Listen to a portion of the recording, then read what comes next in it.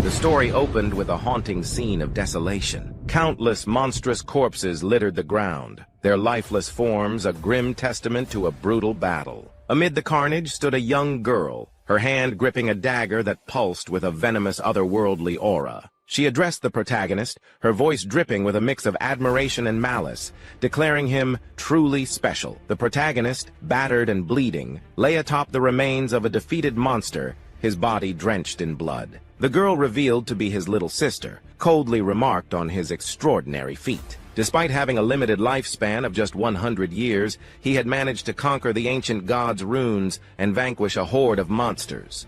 Yet she revealed her true intent. She had come to claim the artifact he had fought so hard to obtain, the Eye of Judgment.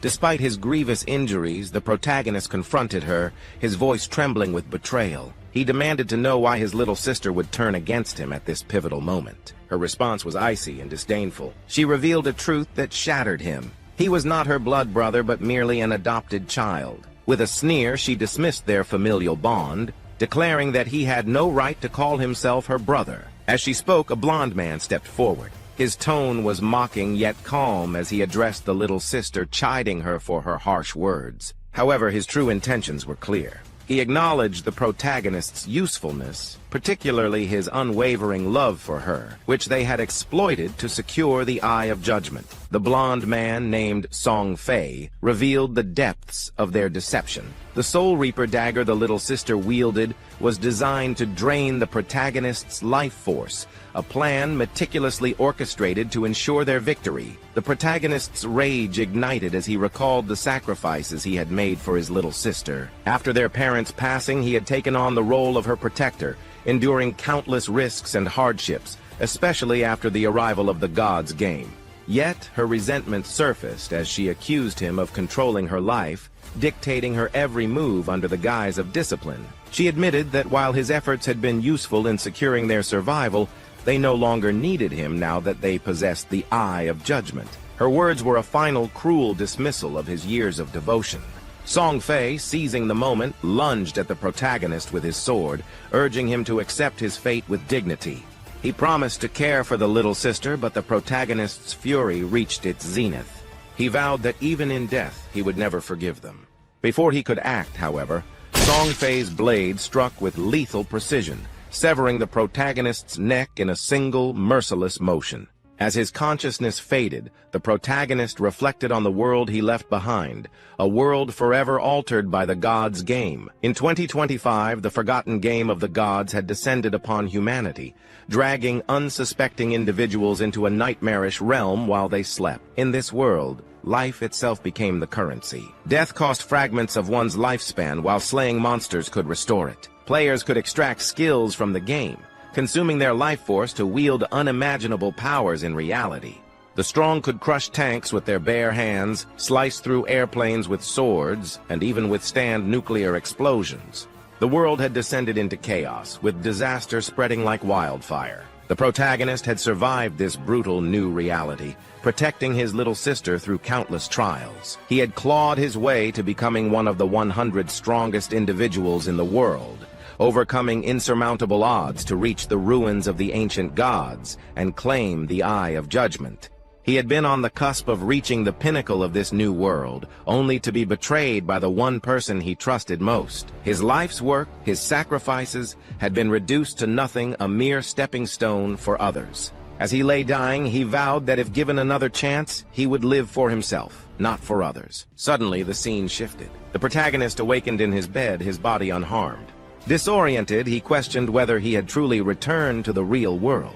Glancing at his phone, he noticed the date, 2025. The realization dawned on him he had been reborn 9 years in the past, on the very day the gods' game began. Staring out the window, he understood that this was his second chance, an opportunity to rewrite his destiny. The world outside was still unaware of the cataclysm to come, but the protagonist knew the truth. This time he would not be a pawn in someone else's game. This time he would live for himself. Sometime later, the tranquility of the protagonist's morning was shattered as the door burst open. His little sister stormed in, her face flushed with anger. She shouted at him, demanding to know why he hadn't been answering her calls. The protagonist, seated calmly with a cup of coffee in hand, remained silent, his expression unreadable.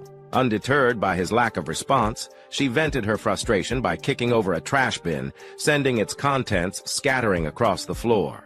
The protagonist watched her tantrum with a detached calm, his mind drifting back to the events of his past life. He recalled that on the day the forgotten game of the gods arrived, he had a heated argument with his little sister, one that had been brewing for some time. The source of their conflict was none other than Song Fei, the famous idol who had captivated his sister's heart. In her eyes, Song Fei was a glamorous and untouchable star, but the protagonist knew the truth behind the polished facade. Song Fei was a manipulative scoundrel who preyed on his fans, exploiting them for money and worse. Determined to protect his little sister from falling victim to Song Fei's schemes, the protagonist had forbidden her from associating with him. Yet his efforts to shield her had only driven a wedge between them. Instead of gratitude, he was met with accusations of controlling her life and interfering in her choices. Now, as his little sister continued her tirade, she blamed him for Song Fei's recent drop in the idol rankings, claiming it was because the protagonist refused to give her money to support him. Her words were a whirlwind of entitlement and misplaced anger, but the protagonist had heard enough. In a swift, decisive motion, he rose from his seat and delivered a powerful slap across her face. The force of the blow sent her stumbling backward, her eyes wide with shock. Tears welled up in her eyes as she trembled, her voice quivering as she demanded to know how he could dare hit her. The protagonist's gaze was cold and menacing as he spoke. He told her that he had neither the time nor the desire to argue with her today, but if she continued her incessant shouting, he wouldn't hesitate to silence her himself. Reaching into his pocket, he pulled out a golden credit card and tossed it at her. He explained that this card contained all the money their parents had left for her. Despite the hardships he had faced over the years, he had never touched a single cent of it. But today, he decided to give her everything, every last penny.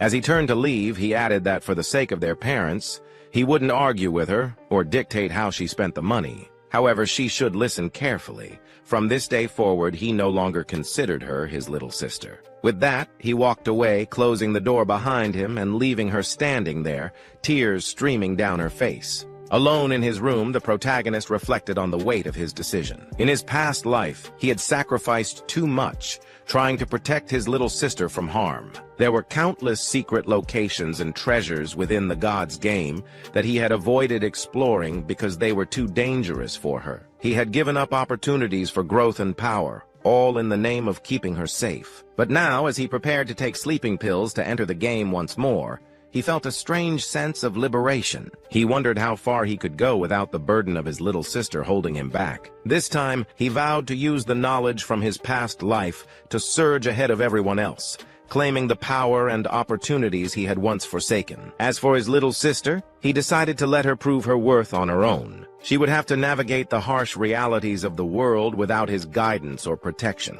And as for Song Fei, the man who had orchestrated his betrayal and downfall in his past life, the protagonist's eyes darkened with resolve. He promised himself that he would kill Song Fei with his own hands, ensuring that the manipulative idol paid for his sins. The scene shifted to the protagonist, standing in a vast, otherworldly space, a grand hall filled with towering mirrors that shimmered with an ethereal glow. He explained that this was the Hall of Profession Selection, a pivotal location where players chose their path in the god's game. In his past life, he had spent hours here, overwhelmed by nerves and uncertainty. But now, with the wisdom of his previous experiences, he moved with purpose and confidence. This time he knew exactly what he needed. Reflecting on his past choices, he recalled selecting the warrior class to protect his little sister. While the warrior class was far from weak, it no longer suited his current goals. Without the burden of protecting someone else, he realized that speed and mobility were paramount. With this in mind, he stretched his hand toward one of the towering mirrors and selected the assassin class. As his fingers touched the glass, a brilliant blue light enveloped his hand, and a system window materialized before him. The system announced that the artifact, the Eye of Judgment, had already been bound to him and would activate immediately. Behind him, a massive, otherworldly eye materialized, its gaze piercing and omnipotent. Another system window appeared, revealing that the protagonist possessed unique attributes, the Might of Judgment and the Passive of Might. The system elaborated that these attributes granted him unparalleled advantages. Upon entering the god's game, he would automatically receive the highest quality profession and talents, setting him far above ordinary players. A smile crossed the protagonist's face as he marveled at the Eye of Judgment's power. He speculated that the artifact's bond with him had persisted even through his rebirth. Could it be that the Eye of Judgment truly recognized him as its master? If so, it would render the artifact useless to anyone else, even if they tried to steal it, as Song Fei and his little sister had done in his past life. He even wondered if the Eye of Judgment was responsible for his rebirth, granting him the second chance to rewrite his destiny. Suddenly, a dark, swirling aura began to seep into his body, catching him off guard. The system congratulated him, announcing that he had unlocked a hidden profession. The class transformation process began, and the dark aura engulfed him completely. When it dissipated, the protagonist emerged transformed. His once black hair was now stark white, and an overwhelming aura radiated from him, signaling his newfound power. The system informed him that he had become a shadow, a high-level hidden assassin class, far superior to the warrior class he had chosen in his past life. The protagonist explained that the shadow class granted immense power immediately upon unlocking it, making it a rare and coveted profession. He touched his face, reflecting on the incredible luck, or perhaps fate, that had led him to this moment. When selecting a profession, there was always a slim chance of obtaining a hidden class. Thanks to his authority of judgment skill, that slim chance had become a certainty. The system then detailed some of the abilities granted by the Eye of Judgment. The first was the Authority of Judgment, described as the most ancient and primordial authority in the universe. It transcended the rules and order that governed reality itself. However, the system clarified that the protagonist, lacking divinity, could not actively wield its full power. Still, its passive effects remained active, providing him with an extraordinary edge. The protagonist was visibly surprised by this revelation. In his past life, it wasn't until the 7th year of the god's game that humanity learned of the existence of the power of order. A powerful individual had escaped the game world and reached the land of order, revealing the existence of this transcendent force. Yet, despite years of effort, no one had ever managed to obtain it. Now the protagonist realized that he possessed the original authority that nullified rules and order, a power that could reshape the very fabric of reality. With a determined expression, he acknowledged that his goals had expanded beyond mere revenge. If he could escape the god's game and reach the land of order, obtaining divinity along the way, he would be able to fully activate the authority of judgment. Suddenly, a system screen materialized in front of the protagonist, its glowing text demanding that he enter a code name to be known by in the game. After a moment of contemplation, he decided on a name that reflected his newfound identity, Shadow. It was a fitting choice, he thought, given that his profession was born from the darkness itself. As he confirmed the name, the system acknowledged it, and a dark aura began to swirl around him. The system announced that he was about to enter the game world, Earth, abandoned by gods. The system elaborated on the grim reality of this world, a ruined land overrun by countless monsters that wreaked havoc everywhere. It warned him to tread carefully, as these creatures were relentless and would stop at nothing to tear him apart and steal his life. The system further explained that once he left the safety of the starter town and began slaying monsters, he would earn tradable life, a valuable resource. However, death in the game came at a steep cost. If he fell, half of his life, both tradable and non-tradable, would be deducted. The stakes were high, but the protagonist was undeterred. The scene shifted to his arrival in the starter village, a place known as Shelltown. The system explained that this was a peace zone, a sanctuary where monsters could not enter, and players were forbidden from attacking one another. Here the life loss rate was minimal, set at 1x. The protagonist took in his surroundings, noting the chaos as other players, freshly dragged into the game, scrambled to make sense of their situation. They murmured in confusion, asking how they had ended up here. Many recalled falling asleep only to wake up in the hall of profession selection, unaware of the nightmare they had been thrust into. The protagonist, however, remained focused. He observed the crowd, noting how quickly the game had drawn in so many people. He knew that soon, powerful individuals from various countries would emerge, seeking to reshape the world in their image. If he wanted to stay ahead, he had to act quickly. As he moved through the town, His striking appearance drew attention. His custom-made attire and the dark aura radiating from him set him apart from the other players. Whispers rippled through the crowd as they speculated about his profession. One player, an assassin like him, recognized the dagger at his side, but was baffled by the stark difference in their appearances. While the other assassin lacked any distinctive aura, the protagonist exuded an air of power and mystery.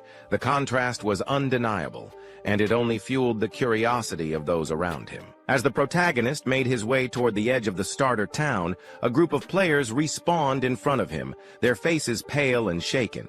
It seemed that death in the game didn't mean the end. Instead, players were transported back to the safety of Shelltown. The group consisted of 3 men and 1 woman, their frustration evident as they vented about their recent encounter with a level 1 creeper monster.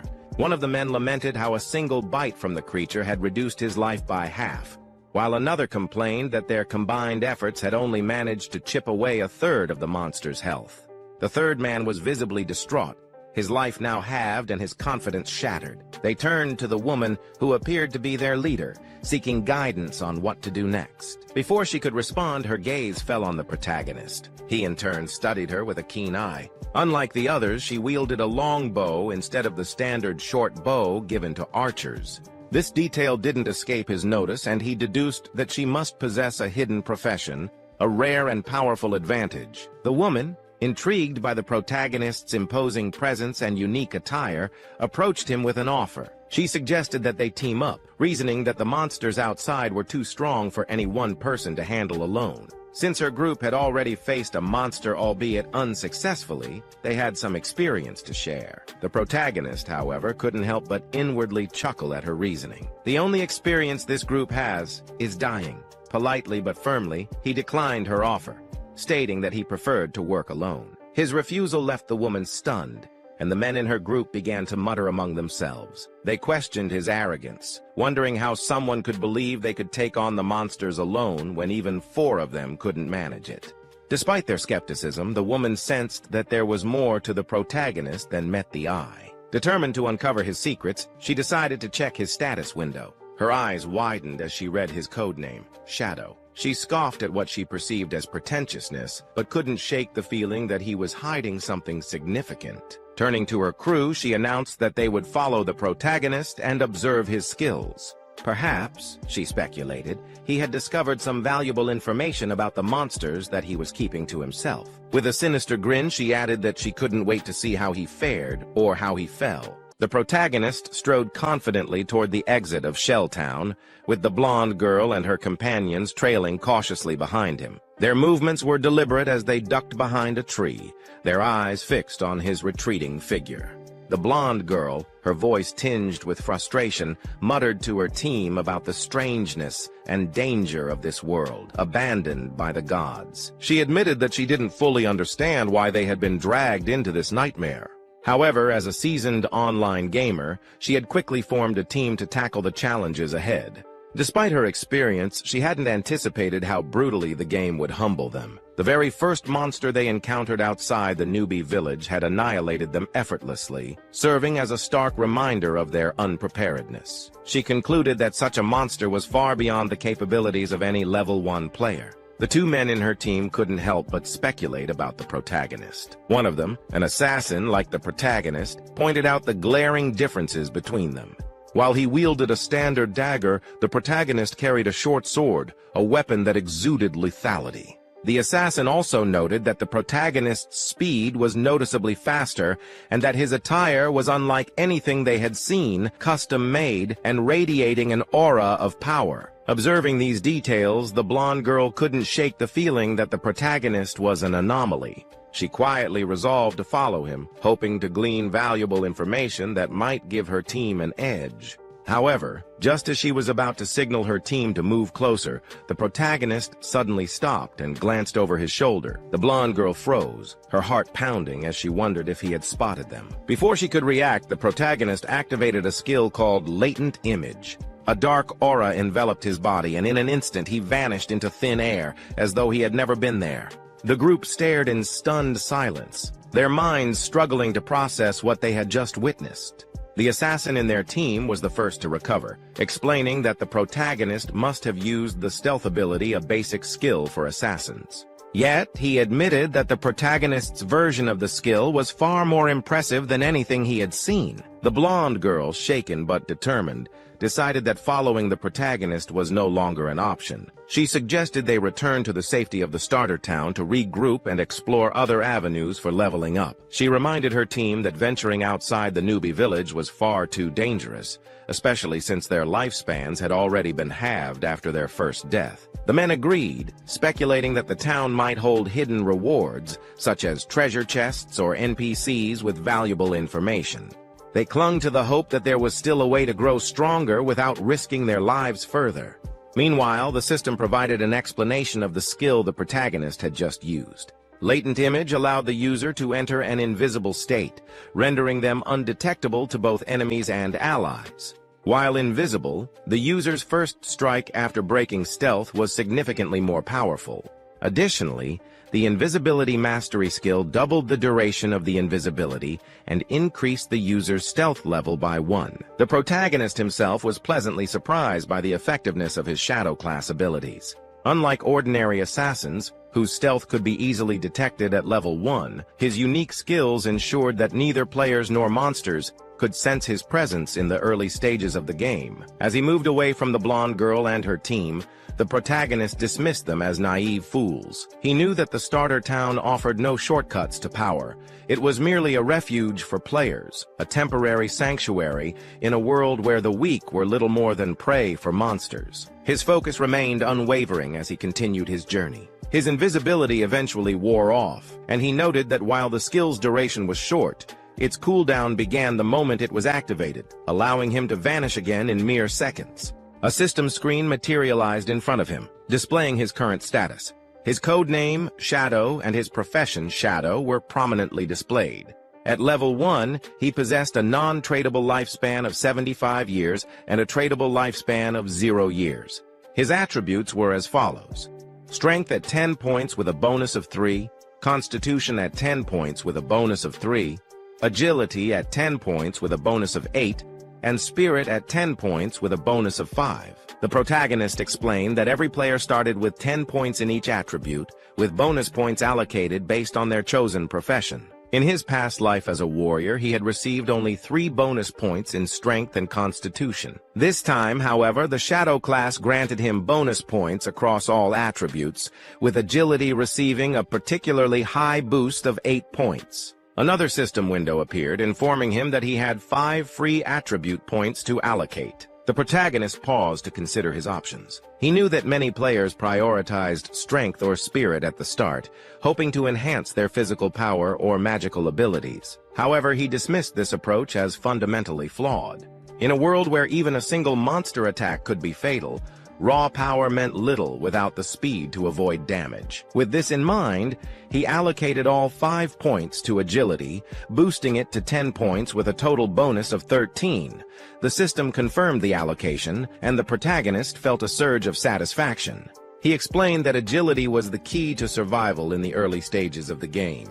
No matter how much one invested in strength or spirit, a single hit from a monster could spell doom. By maximizing his speed, he could outmaneuver his enemies, striking without taking damage. As the protagonist moved forward, his sharp senses picked up on a faint guttural noise. He paused, his gaze narrowing as he scanned the area ahead. There, lurking in the shadows, was a grotesque creature, a level 1 creeper, its grade marked as normal by the system. The monster's twisted form and eerie sound sent a chill through the air, but the protagonist remained calm. He recognized this creature as the same one that had decimated the blonde girl's team earlier. Its body bore the scars of their futile struggle, wounds that suggested they had managed to inflict some damage before being overwhelmed. The creeper, sensing the protagonist's presence, lunged at him with a guttural snarl. Yet the protagonist didn't flinch. He sidestepped the attack with effortless grace, his movements fluid and precise. As he evaded, he explained that creeper monsters were notorious for their insatiable hunger for life force. When they killed a player, they absorbed their victim's lifespan, using it to grow stronger and evolve. The wounds on this creeper's body were evidence that the blonde girl's team had fought valiantly, but their efforts had only delayed the inevitable. With a flick of his wrist, the protagonist drew his short sword. A dark aura began to emanate from his body, his eyes glowing a menacing red as he activated his latent image skill. In an instant, he vanished from sight, leaving the creeper bewildered and disoriented. The monster snarled, its head swiveling as it searched for its elusive prey. Unbeknownst to it, the protagonist was already above, poised to strike. He deactivated his stealth just as he descended, his blade slicing through the air with lethal precision.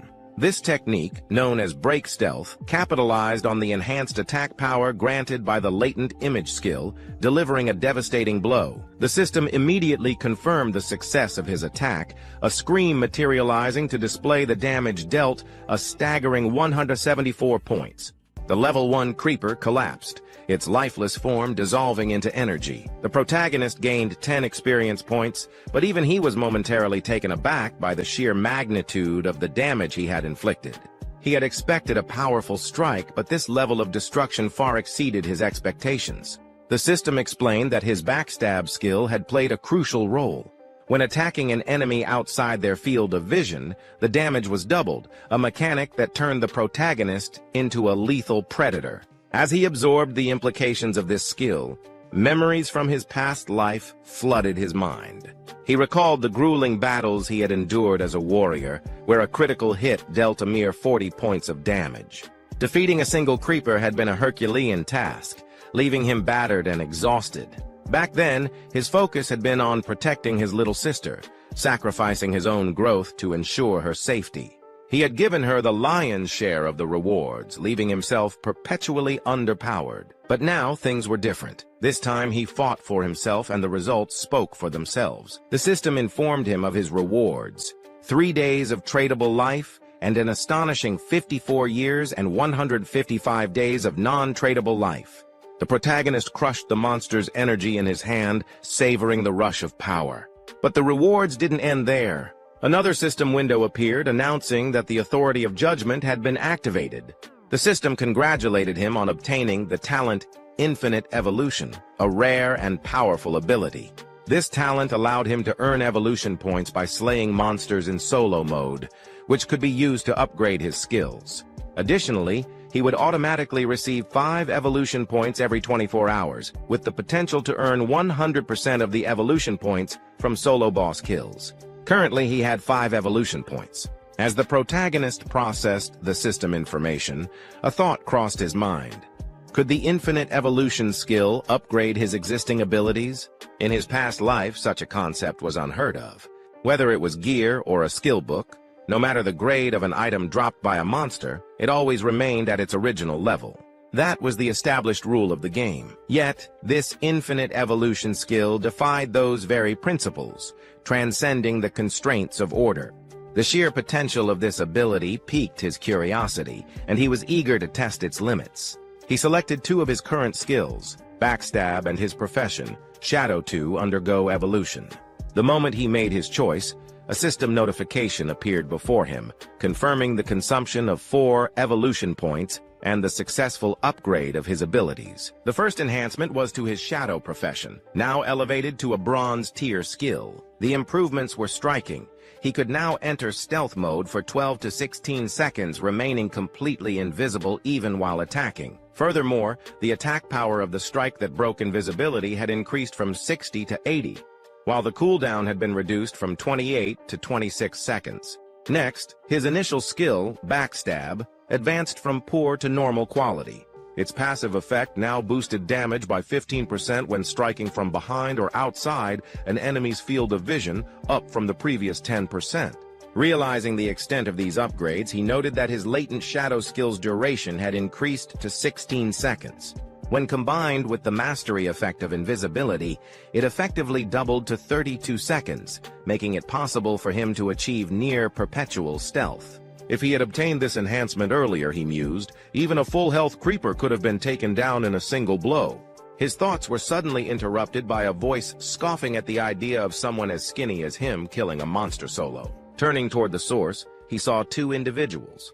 A muscular man attempting to impress a girl. The girl addressed him as Ganshi, showering him with praise, and confidently asserting that with his build, he could easily handle at least 10 monsters at once. Ganshi, laughing, assured her that she had nothing to fear with him around. Observing the interaction between Ganshi and the girl, the protagonist sensed that something was amiss. A shadow loomed above them, and he spotted a massive spider-like monster lurking at the top of the tree where Ganshi and the girl stood, oblivious to the imminent danger. Ganshi turned to the protagonist and extended an offer, suggesting that he join them as Ganshi would protect him. However, the protagonist was already moving. Recognizing the monstrous creature as a nurse, without hesitation, he activated his latent image skill and vanished into invisibility. The girl gasped, pointing out the protagonist's sudden disappearance. Ganshi dismissed it with a smug chuckle, claiming that the weakling must have been intimidated by his sheer strength. However, his arrogance was short-lived. Before he could react, the massive spider descended upon them, followed closely by a second, smaller spider. By the time Ganshi realized the peril, it was far too late. The creatures struck, crushing him and the girl in an instant. The system identified the monstrous assailant as the Nurse, a level 1 bronze rarity boss, and its companion as a baby spider, a level 1 common rarity creature. Nearby, still cloaked in invisibility, the protagonist calmly assessed the situation. The Nurse was a formidable foe with approximately 1,600 health points, far beyond what a novice could handle, especially given that it commanded an entire horde of smaller spiders. However, he saw this as the perfect opportunity to test his newly upgraded skills. Without hesitation, he lunged at the Nurse, executing a strike designed to break his invisibility and maximize his damage output. His blade found its mark, and the Nurse recoiled, blood pouring heavily from the wound.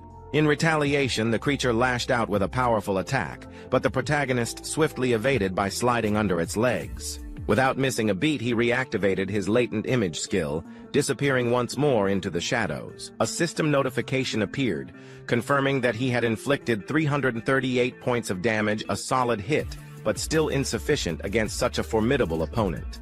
Another message indicated that he had sustained 9 points of damage, a minor setback considering his agility.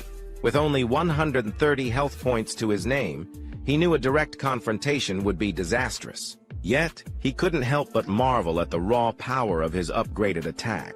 Scoring over 300 damage in a single strike was exhilarating. Frustrated by the unseen threat, the Nurse erupted in fury, unleashing a violent rampage upon its surroundings in a desperate attempt to strike back. The protagonist watched, well aware that these creatures were not mindless. They adapted and retaliated. This battle was far from over, but he was more than ready to see just how far his newfound strength could take him. The protagonist quickly realized that the Nurse was attacking wildly in all directions, making it too risky to engage directly. With the baby spider also on high alert, a frontal assault was out of the question. Instead, he decided to test a new approach. As the Nurse prepared to take off, launching its web to escape, a high-speed rock suddenly struck its abdomen, leaving a gaping hole. A system notification confirmed that the attack had dealt 299 points of damage.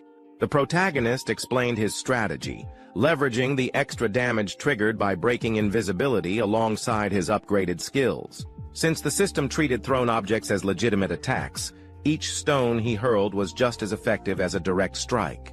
Without hesitation, he launched another rock, confident that once his latent image skill cooled down, he could repeat the cycle indefinitely. The system soon confirmed another hit, inflicting 279 points of damage. Employing this tactic repeatedly, he systematically weakened the Nurse. Before long, an announcement reverberated across the starter village, Shelltown. The leaderboard had been updated. The system declared that a player named Shadow had slain the Nurse, a bronze-rank monster, becoming the first player to reach level 2. His name was broadcasted throughout the village, and with that, the Shelltown leaderboard was officially open. Other players were left in disbelief. Many recalled being slain by the nurse multiple times, making it inconceivable that a single player had managed to defeat it solo. Murmurs spread as players scrambled for information on this mysterious shadow. Some suspected an exploit, while others stared at the leaderboard, stunned that only one name was listed. Among the shocked spectators was the blonde girl from earlier, along with her team. She struggled to comprehend how a level 1 player could take down a boss-tier monster alone. Even common monsters proved challenging for them. Yet Shadow had bested a bronze-ranked creature. Doubt crept into her mind. Was there an error in the system? Ganchi and his companion, the very ones who had perished to the nurse, were equally dumbfounded. They couldn't fathom how someone had defeated the massive spider while also dealing with its swarm of minions. The girl suddenly recalled the hooded figure they had dismissed earlier. Could he be Shadow? Back with the protagonist, a system notification materialized before him, confirming his victory over the nurse. He had gained 300 experience points, reached level 2, and earned 2 evolution points. Additionally, he had unlocked Shell Town's level leaderboard and received 1 reputation point. The entire town had been notified of his feat. As the nurse's body disintegrated into energy, he remarked that once the boss was slain, the remaining spiders scattered in fear. However, he regretted not eliminating them first, missing out on valuable experience points. Another system notification appeared, revealing his newly acquired rewards: 46 days of transferable life, a bronze-tier skill book called Hand of Avarice, and a corrosion dagger, a bronze-tier weapon that boosted attack power by 35 points and agility by 4. Additionally, he gained 2 more evolution points. Intrigued by Hand of Avarice, he focused on the skill book. The system explained that it was an assassin-exclusive ability, allowing the user to extract additional loot from monster corpses with a 20% success rate. The only requirement was that the player must be at least level 1. He marveled at his unexpected fortune. Who would have thought that a bronze-rank boss would drop such a rare and powerful skill? This ability could drastically enhance his equipment acquisition rate. He recalled a player from his past life, God of Sin, who, despite his mediocre combat abilities, had become one of the most renowned figures in the game solely due to Hand of Avarice. His influence had grown to the point where he had an exclusive bodyguard. A sudden realization struck the protagonist. If Hand of Avarice had a 20% success rate, what would happen if he combined it with his infinite evolution talent? Theoretically, he could not only boost the odds, but also increase the amount of loot obtained. The thought filled him with anticipation. The scene transitioned back to the real world, where students were making their way to school. Among them was the protagonist's younger sister, walking alongside her friend. As they walked, the friend urged her to call her brother and apologize, reminding her that they had skipped an important exam the previous day to secretly support Song Fei. She emphasized that their brother must be furious.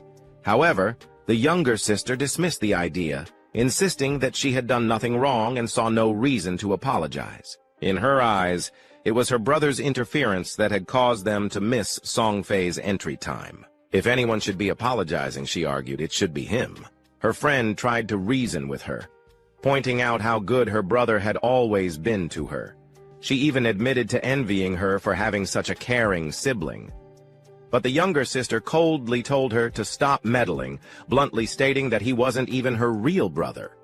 She declared that she already had a brother, Song Fei. As they arrived at school, they noticed a commotion in their classroom. A group of students was gathered around a desk, whispering anxiously. Curious, they moved closer and witnessed an unsettling sight. One of their classmates, Jiang Wei, was slumped over his desk, his body slowly fading away. Panic spread as a girl, alarmed by what she saw, asked what was happening to Jiang Wei. Another student explained that moments ago, Jiang Wei had simply said he wanted to take a nap, and then he had started disappearing. Murmurs rippled through the crowd as some students revealed that Jiang Wei wasn't the only one experiencing this phenomenon. Social media was flooded with similar cases worldwide. Reports suggested that when people fell asleep, they entered a translucent, eerie state, but no one knew why. Fear gripped the students as one girl hurriedly pulled out her phone, determined to call her parents and warn them. She urged the protagonist's sister to do the same and inform her brother. But the younger sister, still harboring resentment, stubbornly refused.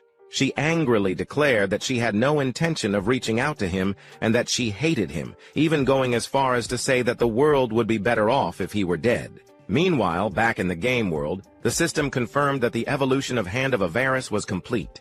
The skill had advanced from a bronze-level ability to gold tier. The system explained that the success rate for obtaining extra loot had skyrocketed from 20% to an impressive 70%. A new notification appeared, confirming that the protagonist had successfully learned Hand of Avarice and earned an additional 2 evolution points, along with a staggering 46 days of transferable life. He couldn't help but marvel at his fortune. Not only had he gained extra evolution points, but he was now just 1 point away from evolving Hand of Avarice again. If he reached 3 evolution points, he could push the skill to its peak, ensuring a 100% success rate for extra loot drops. The mere thought sent a surge of excitement through him. His path to power was accelerating faster than he had ever imagined. Activating his latent image skill, the protagonist faded into invisibility, his thoughts racing.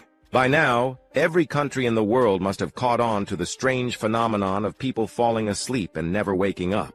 It was only a matter of time before a massive influx of players joined the game, and he needed to stay ahead of the curve. His priority was to secure better equipment, giving him an advantage before the competition caught up. A system notification confirmed that he had successfully equipped the Corroded Dagger, a bronze-tier weapon that boosted his attack power by 34 points and increased his agility by 4. He mused that soon, people would realize that skills and equipment from the game could be transferred into reality. When that happened, the world would descend into chaos. He recalled that for extraction to be possible, 2 conditions had to be met: reaching level 10 and accumulating enough transferable life. Checking his status window, he acknowledged that simply killing monsters wouldn't be enough. The process was too slow. If he truly wanted to accelerate his progress, he needed to hunt more powerful boss monsters. His thoughts were interrupted by the distant sounds of combat. Following the noise, he moved to the edge of a cliff, peering down to assess the situation below. Below him, a group of players was locked in battle against a level 2 monster known as the Runner, a bronze-tier creature that appeared to be overwhelming them. A smirk played on his lips. Just when he was about to lose focus, an opportunity fell right into his lap. His gaze sharpened as he recognized one of the combatants, Wang Meng. He hadn't expected to find him here, but the rumors surrounding Wang Meng seemed to hold some truth. According to speculation, when Wang Meng first entered the forgotten game of the gods, he had assembled a team of 6 players, each possessing a hidden profession. As the fight unfolded, Wang Meng activated his Holy Barrier skill, summoning a golden shield to protect himself from the runner's relentless attacks. The protagonist silently observed, noting that Wang Meng's hidden profession, Sacred Shield Warrior, granted him twice the base attributes of a normal warrior, along with an invincibility skill. The scene shifted as a red-haired mage stepped forward, channeling a powerful fireball spell. The projectile slammed into the runner, but the damage inflicted was only 70 points. The protagonist recognized her as a mage prophet, a hidden class that doubled a mage's spell damage and granted access to a prophetic fireball ability. Next, his attention turned to an archer and a priest among the group. The archer, wielding a longbow, was a sharp-eyed archer, boasting twice the attributes of a standard archer with the ability to fire continuous arrows. Meanwhile, the priest, an oracle priest, possessed double the healing abilities of an ordinary priest and started with a potent group healing skill. Despite the archer's relentless barrage and the mage's magical assault, the runner was simply too fast, effortlessly evading their attacks. The battle took a turn when the monster delivered a devastating blow to Wang Meng, shattering his holy barrier and sending him flying backward.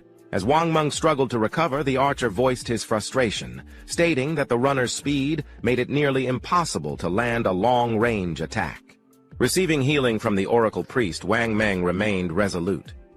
He believed that if they continued their strategy attacking while he tanked, and the priest provided support, they would eventually claim victory.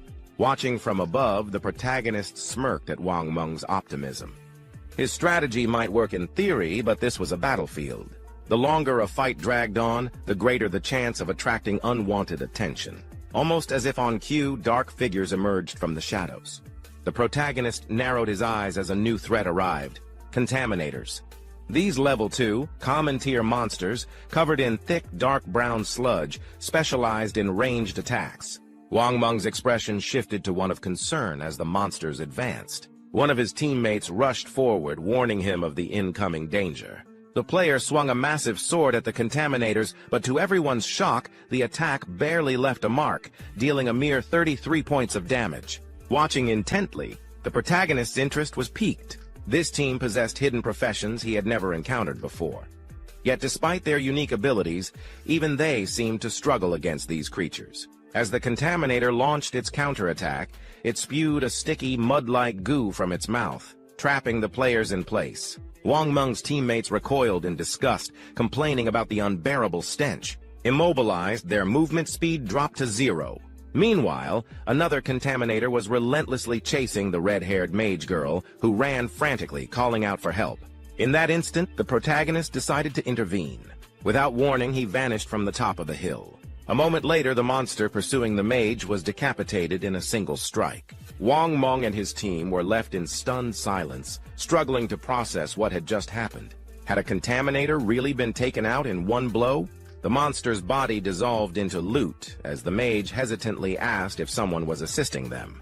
Freed from the contaminator's trap, the swordsman marveled at the impossible feat. Even a level 1 tracker monster would normally require a concentrated attack for over 10 seconds to be defeated, yet here was a level 2 contaminator being obliterated instantly. Before they could react, another contaminator was struck down with a single blow, the attack dealing a staggering 441 points of damage. Panicking, the swordsman turned to the mage, Lizzie, and asked if she had seen the attacker. She shook her head in confusion. Wang Meng quickly regained his composure, rallying his team. He instructed them to stay focused, acknowledging that while their unseen ally was assisting them, they still had to fight. Meanwhile, the protagonist, still invisible, silently perched himself on a tree behind Wang Meng. As the team turned their attention back to the runner, Wang Meng noted that with the contaminators eliminated, their only remaining enemy was the runner itself. Just then, a system screen materialized before the protagonist, confirming that he had slain 2 level 2 contaminators, earning 40 experience points and 1 evolution point. Additionally, the system notified him that he had acquired a new skill book, Poison Dart, a standard-level assassin skill. Alongside this, he also gained 8 days of transferable life. Observing the system screen, the protagonist mused about the Poison Dart skill. It was a mid to long-range attack that inflicted continuous damage, an exceptionally useful skill for an assassin. Without hesitation, he chose to evolve it immediately. A new system screen appeared, displaying the upgraded stats of Poison Dart. The skill had evolved from normal rank to silver rank. The system detailed its enhancements. Poison Dart could now be thrown up to a range of 14 meters, dealing a base attack damage of 120 upon impact. Additionally, it would instantly inflict a poison status on the target, causing 50% continuous damage per second for 5 seconds. Though the effect could not stack, the ability had a mere 5-second cooldown and required the user to be at least level 2 to learn it. The protagonist smirked at his newfound power. With this skill, he could eliminate enemies before they even realized what hit them. Wang Meng's battle, however, was turning into a nightmare. The runner monster completely dominated him, its speed and strength far exceeding his own. As he raised his shield to block, the creature's claws tore into his side, piercing flesh with brutal precision. Before he could recover, the beast struck again, its talons sinking deeper into his body and lifting him off the ground like a rag doll. His shield clattered to the floor and a cry of agony escaped his lips. His teammates watched in stunned horror as the healer rushed forward, attempting to mend his wounds, but to no avail. With the monster's claws still embedded in his flesh, the healing magic had no effect. Blood dripped from Wang Meng's mouth as he mustered the strength to order his team to flee. But before they could react, a high-speed projectile shot through the air, slamming directly into the monster's face with devastating force. The impact alone inflicted a staggering 845 points of damage, sending the beast reeling in pain. Wang Meng's teammates were left in shock as they watched the boss monster's health plummet by half in mere seconds. Yet the assault was far from over. Blood poured from the wound in an unrelenting stream, weakening the creature further. It convulsed violently, finally releasing Wang Meng's battered body, which collapsed onto the ground. Desperate to survive, he struggled to crawl to safety, but the monster continued to wail, its condition worsening by the second. Its health drained at a constant rate of 324 points per second, until, at last, the beast crumpled to the ground, succumbing to the relentless damage. At that moment, a system screen materialized before the protagonist, displaying the results of his strike.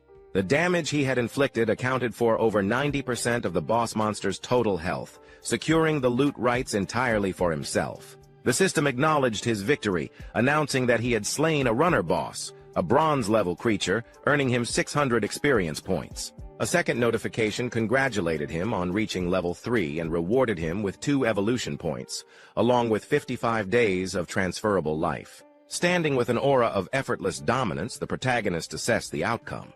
He hadn't expected the poison dart's continuous damage effect to work so seamlessly with his break invisibility skill and overall class mechanics.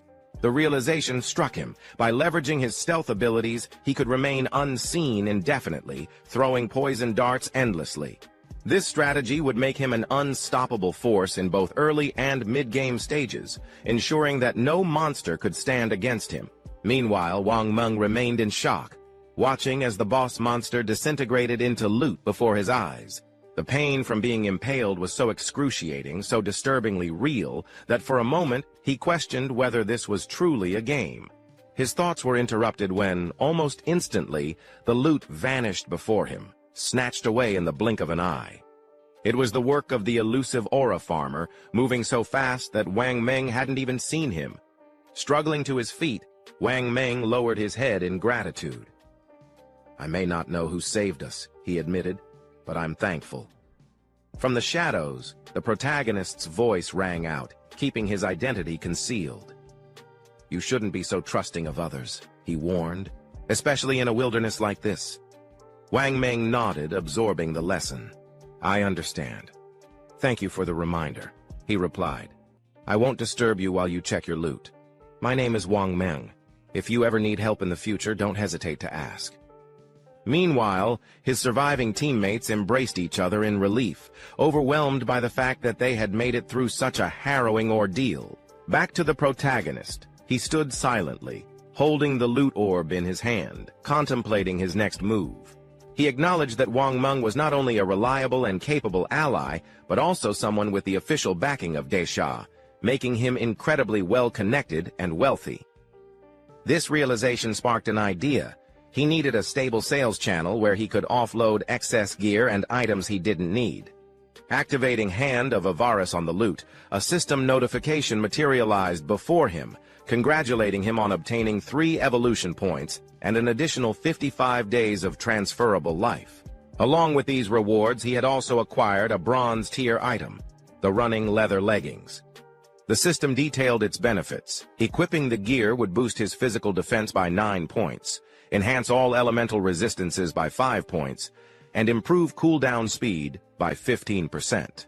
The only requirement was being level 2, which he had already surpassed. Evaluating his current stock, he noted that his harvest had been exceptional, and his inventory was filled with equipment from multiple classes. He decided that once his backpack reached capacity, he would head back to Shelltown to trade excess gear for more transferable life. With a cold and calculating gaze, he acknowledged that his current growth rate far exceeded his previous life's progress. A sinister smirk crossed his face as he declared to himself, "Songfei, I'll be coming for you soon."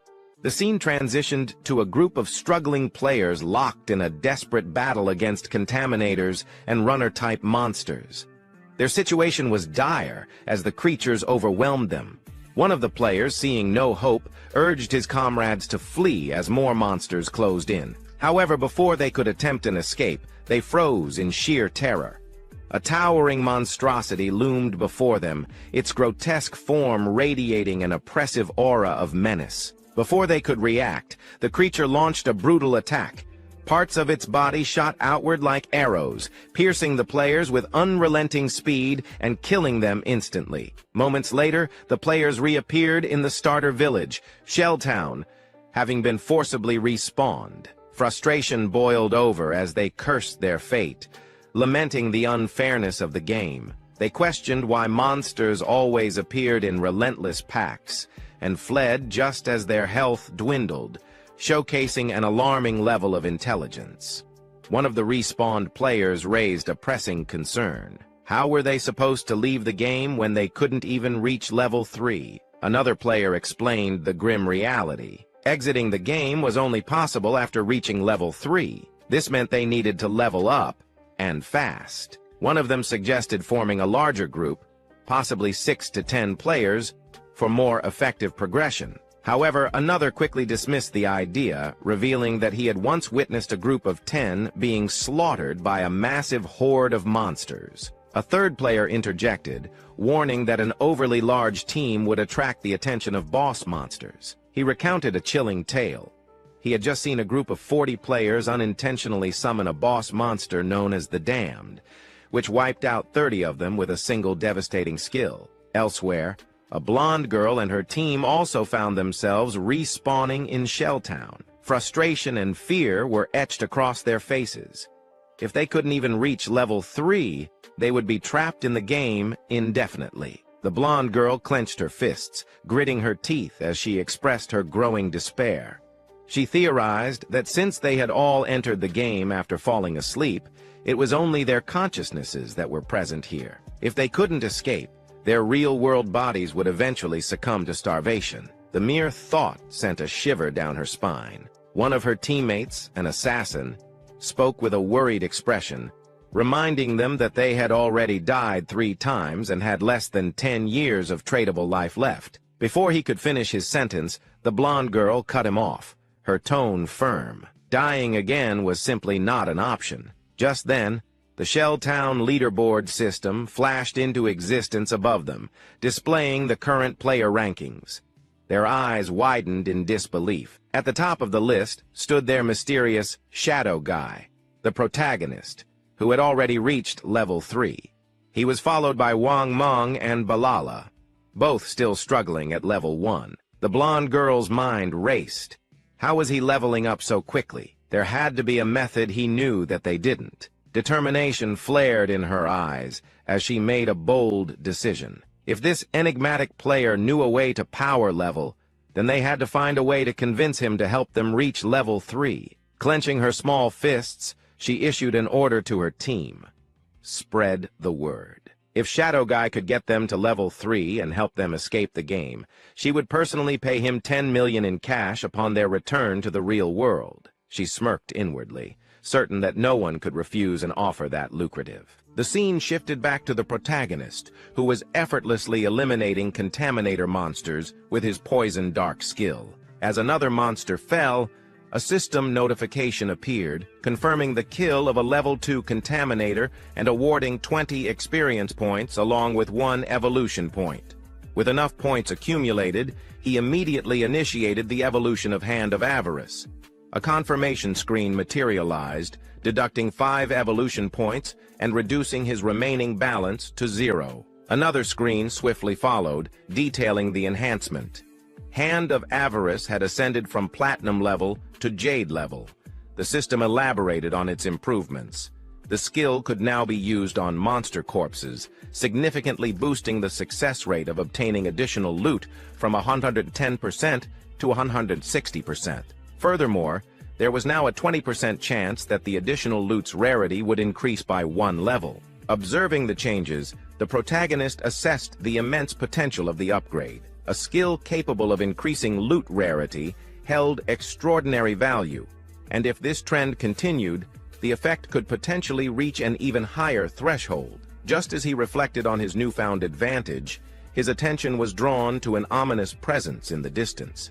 A towering, grotesque figure loomed, the same entity responsible for wiping out an entire group of players. Recognition set in immediately as the system identified it as a bronze-level boss monster, the Damned. The creature was hunched over, greedily absorbing clusters of blue glowing energy, remnants of fallen players. Analyzing the scene, the protagonist quickly deduced that the monster was in the process of evolving, feeding on life energy to ascend to a silver-level boss. Judging by the number of glowing remnants, it must have annihilated at least 40 players. A quick glance at his inventory revealed a frustrating reality.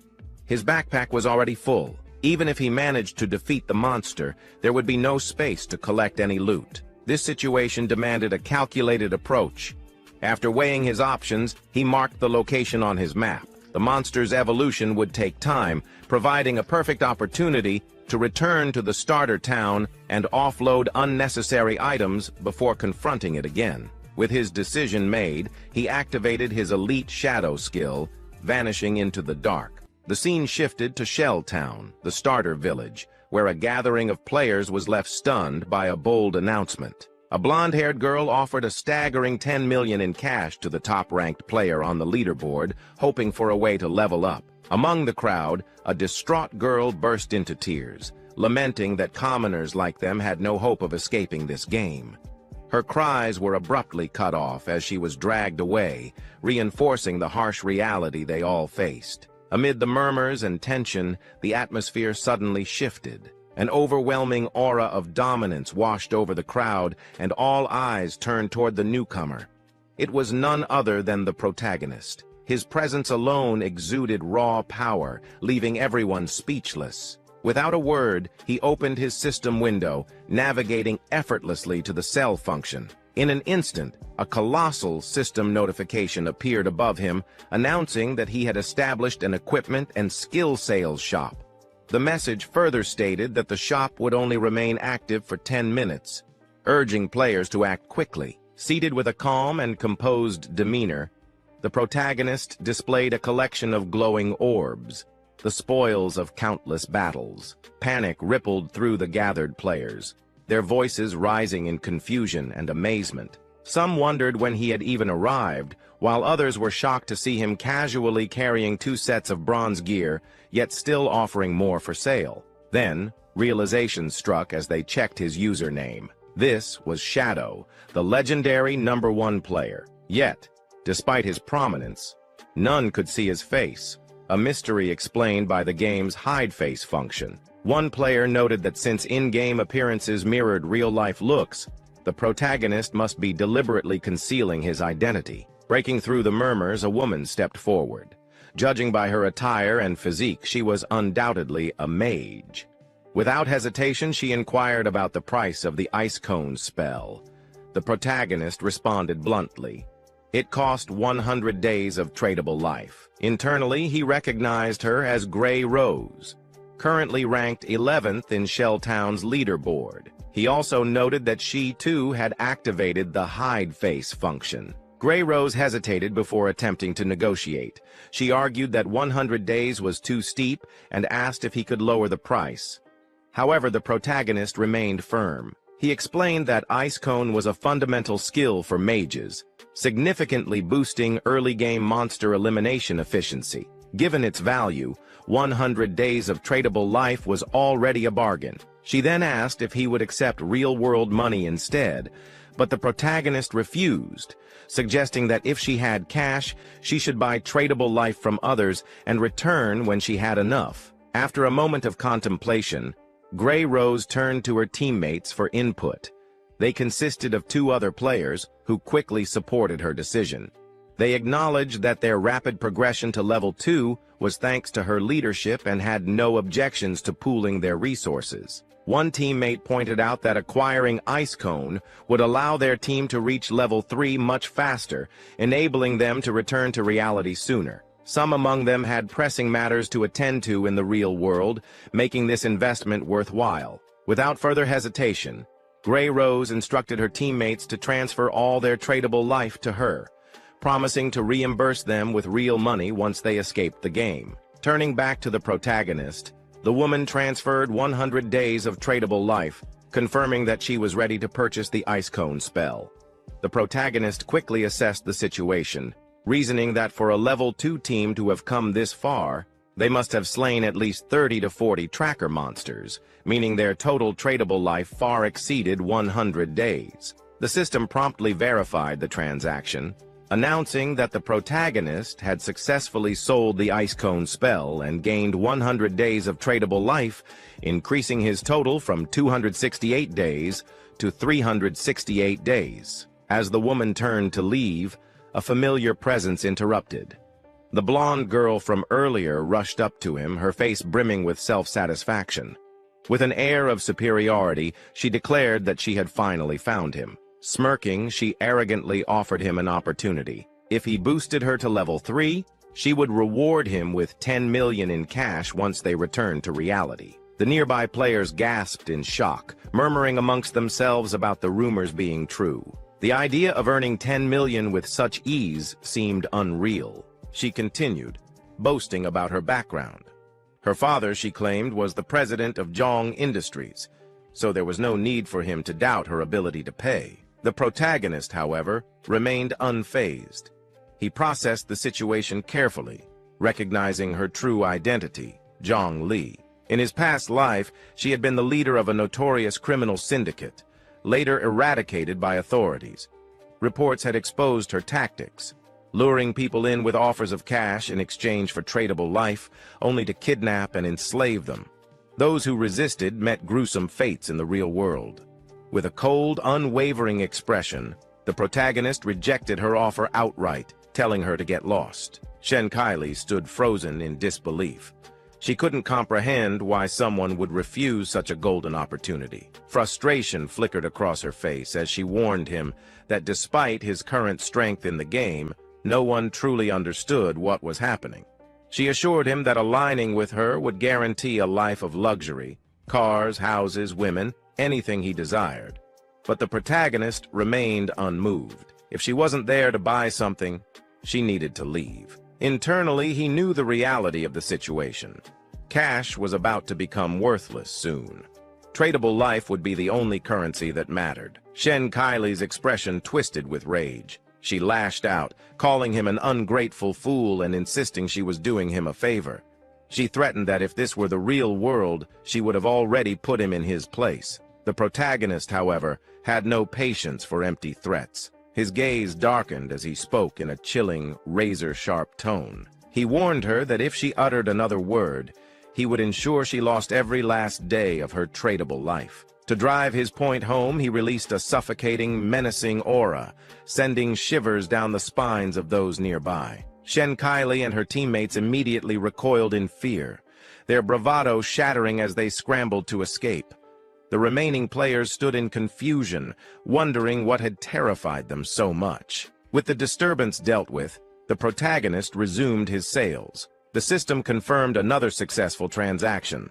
A dim light tunic had been sold, earning him 19 more days of tradable life. His total now stood at 546 days. The players who had purchased from him marveled at their newfound strength, but the protagonist had already shifted his focus elsewhere. With everything sold, it was time to deal with the damned boss monster. Activating his stealth ability, Hidden Shadow, he vanished from sight. As he did, he reflected on the ignorance of the players around him. At this moment, none of them realized that tradable life had another hidden function, one that would soon shake the very fabric of reality. None of them knew that this game, forgotten by the gods, was on the verge of upending the world's order. As the surrounding players gaped in disbelief, wondering if their eyes had deceived them, the protagonist silently declared the grim truth. The legacies they once prided themselves on would soon become meaningless. In the coming era, only one thing would matter: absolute strength. And those who failed to grasp that would be left behind in the dust of a new world order. The scene then shifts to the blonde girl and her team as they breathe heavily, exhausted from running. The blonde girl declares that not only did Shadow reject her, but he also threatened her. She promises that once she gets to the real world, she will definitely find him and kill him. As she thinks this, she is approached by a man who introduces himself as Lao Mao. He explains that he is currently at level 2 and claims to know a few tricks to level up in this game. He asks if he can take up the offer that Shadow refused. The 10 million offer for helping the blonde girl and her team reach level 3. The blonde girl, looking suspicious, asks what Lao Mao means by tricks. Lao Mao then explains that he doesn't usually share his secrets, but since it's her, he'll make an exception. He reveals that in this situation, to level up, one must allocate all 5 attribute points to agility. That way, their maximum running speed will be slightly faster than the monsters, allowing them to win without taking damage. The blonde girl's eyes widen in shock as she inwardly realizes how foolish she was for putting all her attribute points into strength. She tells Lao Mao that she accepts his proposal, but since he isn't as strong as Shadow, she will only pay him 5 million in cash. She asks if he agrees to these terms. Lao Mao accepts, remarking that while Shadow is strong, he must have some mental issues for rejecting such a huge sum of money. The scene then shifts to the protagonist, who has just arrived at the location he marked earlier on the map. Still in stealth mode, he observes that the damned monster has already advanced to silver rank. Judging by the gray fog enveloping its body, it's still evolving. Activating his poison dart ability, the protagonist notes that the jump from silver to gold rank will take at least 7 or 8 hours. But since he doesn't feel like waiting, he launches the poison dart at the damned monster. The first strike deals massive damage, 659 points, due to his stealth bonus. The poison dart then begins dealing 219 damage per second. The protagonist immediately jumps at the monster, activating his lighten image skill, while reasoning that a silver boss's health is about 2 or 3 times that of a bronze level one. Suddenly, the monster begins charging a massive magical attack, its hands growing larger. The protagonist notes that he only needs to strike the monster 2 or 3 more times with poison dart to finish it. But in an instant, the monster unleashes its attack, obliterating the surrounding area. He explains that the Damned is a magic-type boss. Most of its skills are area of effect attacks that deal heavy damage at once. After launching the poison dart, he immediately retreats, barely escaping the attack range. Still invisible, he reflects that with his current health and defense, taking the attack head-on would have killed him. As the battle rages on, the monster charges another devastating attack, its hulking frame shifting toward the protagonist. But he remains calm, weaving through the battlefield while monitoring his cooldown timer. His hidden shadow ability is still unavailable, so he knows he must wait for the perfect opening, strike precisely and vanish before the monster can retaliate. Moments later, the creature falters, momentarily distracted. Seizing the opportunity, the protagonist surges forward, activating Poison Dart again. The attack lands cleanly, dealing another 659 damage.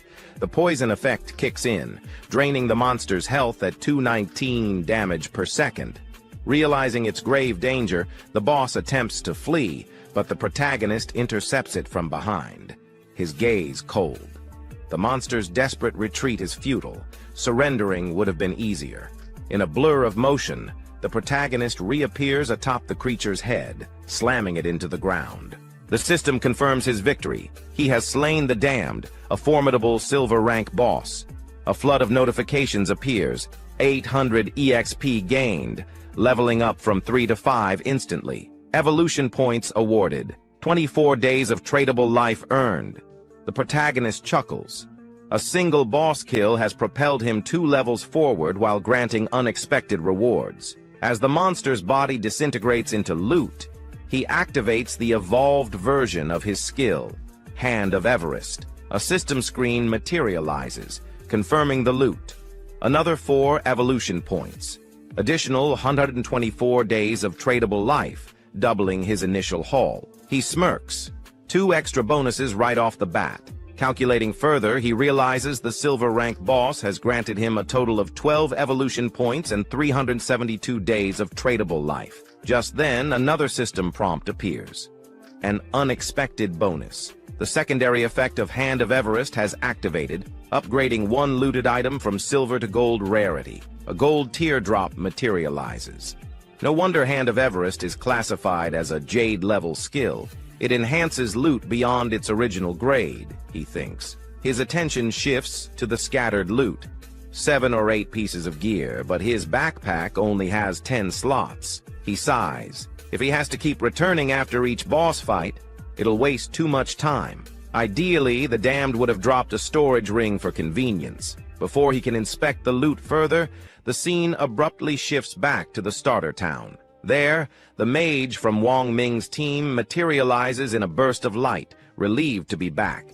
Thanks to Wang Ming. As the rest of the team follows, They express gratitude, acknowledging that without his leadership, they wouldn't have reached level 3 safely. Wang Ming dismisses their praise, insisting their progress was a team effort. However, the mage sighs regretfully. She hadn't managed to add that big guy as a friend in the dungeon. Maybe it was because she'd been covered in mud at the time. A teammate teases her, saying that in her fresh outfit she looks great. Surely the mysterious player wouldn't reject her now. Suddenly, a system announcement echoes through the town. The leaderboard has been updated. Shadow has reached level 5. The news sends shockwaves through the players. Someone exclaims in disbelief, how could Shadow jump from level 3 to 5 so quickly? The only explanation, he must have slain a powerful boss. Another player recalls seeing Shadow selling gear in the town square just 10 minutes ago. Meanwhile, in desperation, one man jokingly, or not, offers his newly 18-year-old sister to Shadow, hoping for a leveling boost. His friends shut him down. Shadow didn't even bat an eye at 10 million cash. Why would he care about matchmaking? Back with Wang Ming's team, panic sets in. They just celebrated reaching level 3, only to learn Shadow has far surpassed them. Wang Ming remains calm, urging them to log out, return to reality, and warn their families about the game's horrors. As their bodies fade, the system confirms their logout. Wang Ming's final words are grave. If the world is descending into chaos, they must at least prepare their loved ones. The scene shifts to the real world. Wang Ming's eyes snap open. He's not just a player, but a police officer. His fellow officers rush to him, shaken. They reveal that his body had begun turning transparent while unconscious, confirming the terrifying truth. Death in the game means erasure in reality. Wang Ming shouts for everyone to gather. Something serious has happened. The camera pans out, revealing he's in a hospital. The stakes are far higher than anyone imagined. Inside a police station, where a serious discussion is taking place, a commanding voice cuts through the room, questioning Wang Ming about his report. According to him, he and his team had formed a party, and remarkably, each member possessed a hidden profession, a significant advantage in the game. Yet despite this, they were nearly wiped out by a single monster. It was only thanks to an unknown player, Shadow, that they were saved at the last moment. Wang Ming confirms that everything in his report is accurate. He then elaborates on Shadow's astonishing progress. When Shadow intervened, he had only been at level 3. However, by the time Wang Ming and his team managed to reach that same level, Shadow had already advanced to level 5, an unprecedented leap of 2 whole levels. This revelation sparks concern among the higher-ranking officers. One of them raises the obvious question. Does this mean Shadow is now the strongest player in the world? How did he manage to level up so quickly? The speculation begins, and Wang Ming offers a possible explanation. Perhaps Shadow defeated a high-level boss monster or accomplished something equally extraordinary. Another officer, intrigued by the details, points out a peculiar inconsistency. Based on Wang Ming's account, Shadow was already level 3 when he rescued them. If that was the case, why hadn't he logged out like the rest of them? Could it be that Shadow had no close family or friends waiting for him in the real world? No reason to return? Wang Ming admits he has no concrete information about Shadow or his real identity. At that moment, a female officer interjects with a bold theory. She suggests that Shadow might be a transmigrator, one of those rare individuals who seemingly appear out of nowhere, rapidly gaining strength as if they were destined to become powerful. She points out that transmigrators are often orphans, which could explain why Shadow hadn't returned to reality. Her speculation stuns the room into silence, and realizing the weight of her words, she blushes in embarrassment. The high-ranking officer, unimpressed, calls her by name, Anyu, and tells her to stop making jokes during such a serious discussion. He dismisses her theory, remarking that she's been reading too many novels. However, shifting back to the main topic, the officer shares critical information. According to classified reports from the higher-ups, researchers have been investigating a disturbing pattern. Many older individuals have been mysteriously dying in their sleep. When the data was cross-referenced with people who had returned from the forgotten game of the gods, a terrifying conclusion emerged. Those who had perished in their sleep had also died multiple times within the game. This revelation confirms a horrifying truth. If a player's lifespan reaches 0 in the game, they don't just die there, they die in reality as well. One of the officers voices his concern, calling the forgotten game of the gods an anomaly, something far beyond their current understanding. The head officer agrees, suggesting that what they are witnessing might be an invasion by unknown higher-dimensional beings. The implications are staggering, and the room falls into a heavy silence as the weight of this possibility sinks in. Without hesitation, the head officer shifts to urgent matters. He informs everyone present that the higher-ups, most likely the government, have issued an emergency directive. Every officer is to form vanguard teams based on their locations, venture into the forgotten game of the gods, and gather as much intelligence as possible. This is no longer just a police matter. The government itself is mobilizing, aiming to create a specialized professional force for this unprecedented crisis. He emphasizes the global scale of the situation. Every nation is racing to explore and understand this new reality, and falling behind in this endeavor would mean losing international influence. For the sake of national security, they must obtain information at all costs. With that, the head officer announces his decision. An Yu will be appointed as the captain of Team 1. Without hesitation, she accepts the role. Wang Ming is designated as her vice-captain, and the two are given the authority to choose their own teammates. Wang Ming nods in agreement, understanding the gravity of their mission. The head officer then turns his attention back to Shadow, the mysterious player Wang Ming encountered. Based on Wang Ming's account, Shadow doesn't seem like a malicious person or someone with ill intent. Because of this, the head officer issues a direct order. An Yu and Wang Ming must attempt to befriend him. Their objective is clear: uncover Shadow's real identity and establish a working relationship with him. He further explains his reasoning for putting An Yu in charge. Her extensive knowledge of games and fictional stories makes her the most suited for investigating someone like Shadow, whose abilities and actions seem almost mythical. The head officer expresses hope that An Yu and Wang Ming can secure Shadow as an ally, someone who could act as their representative within the game.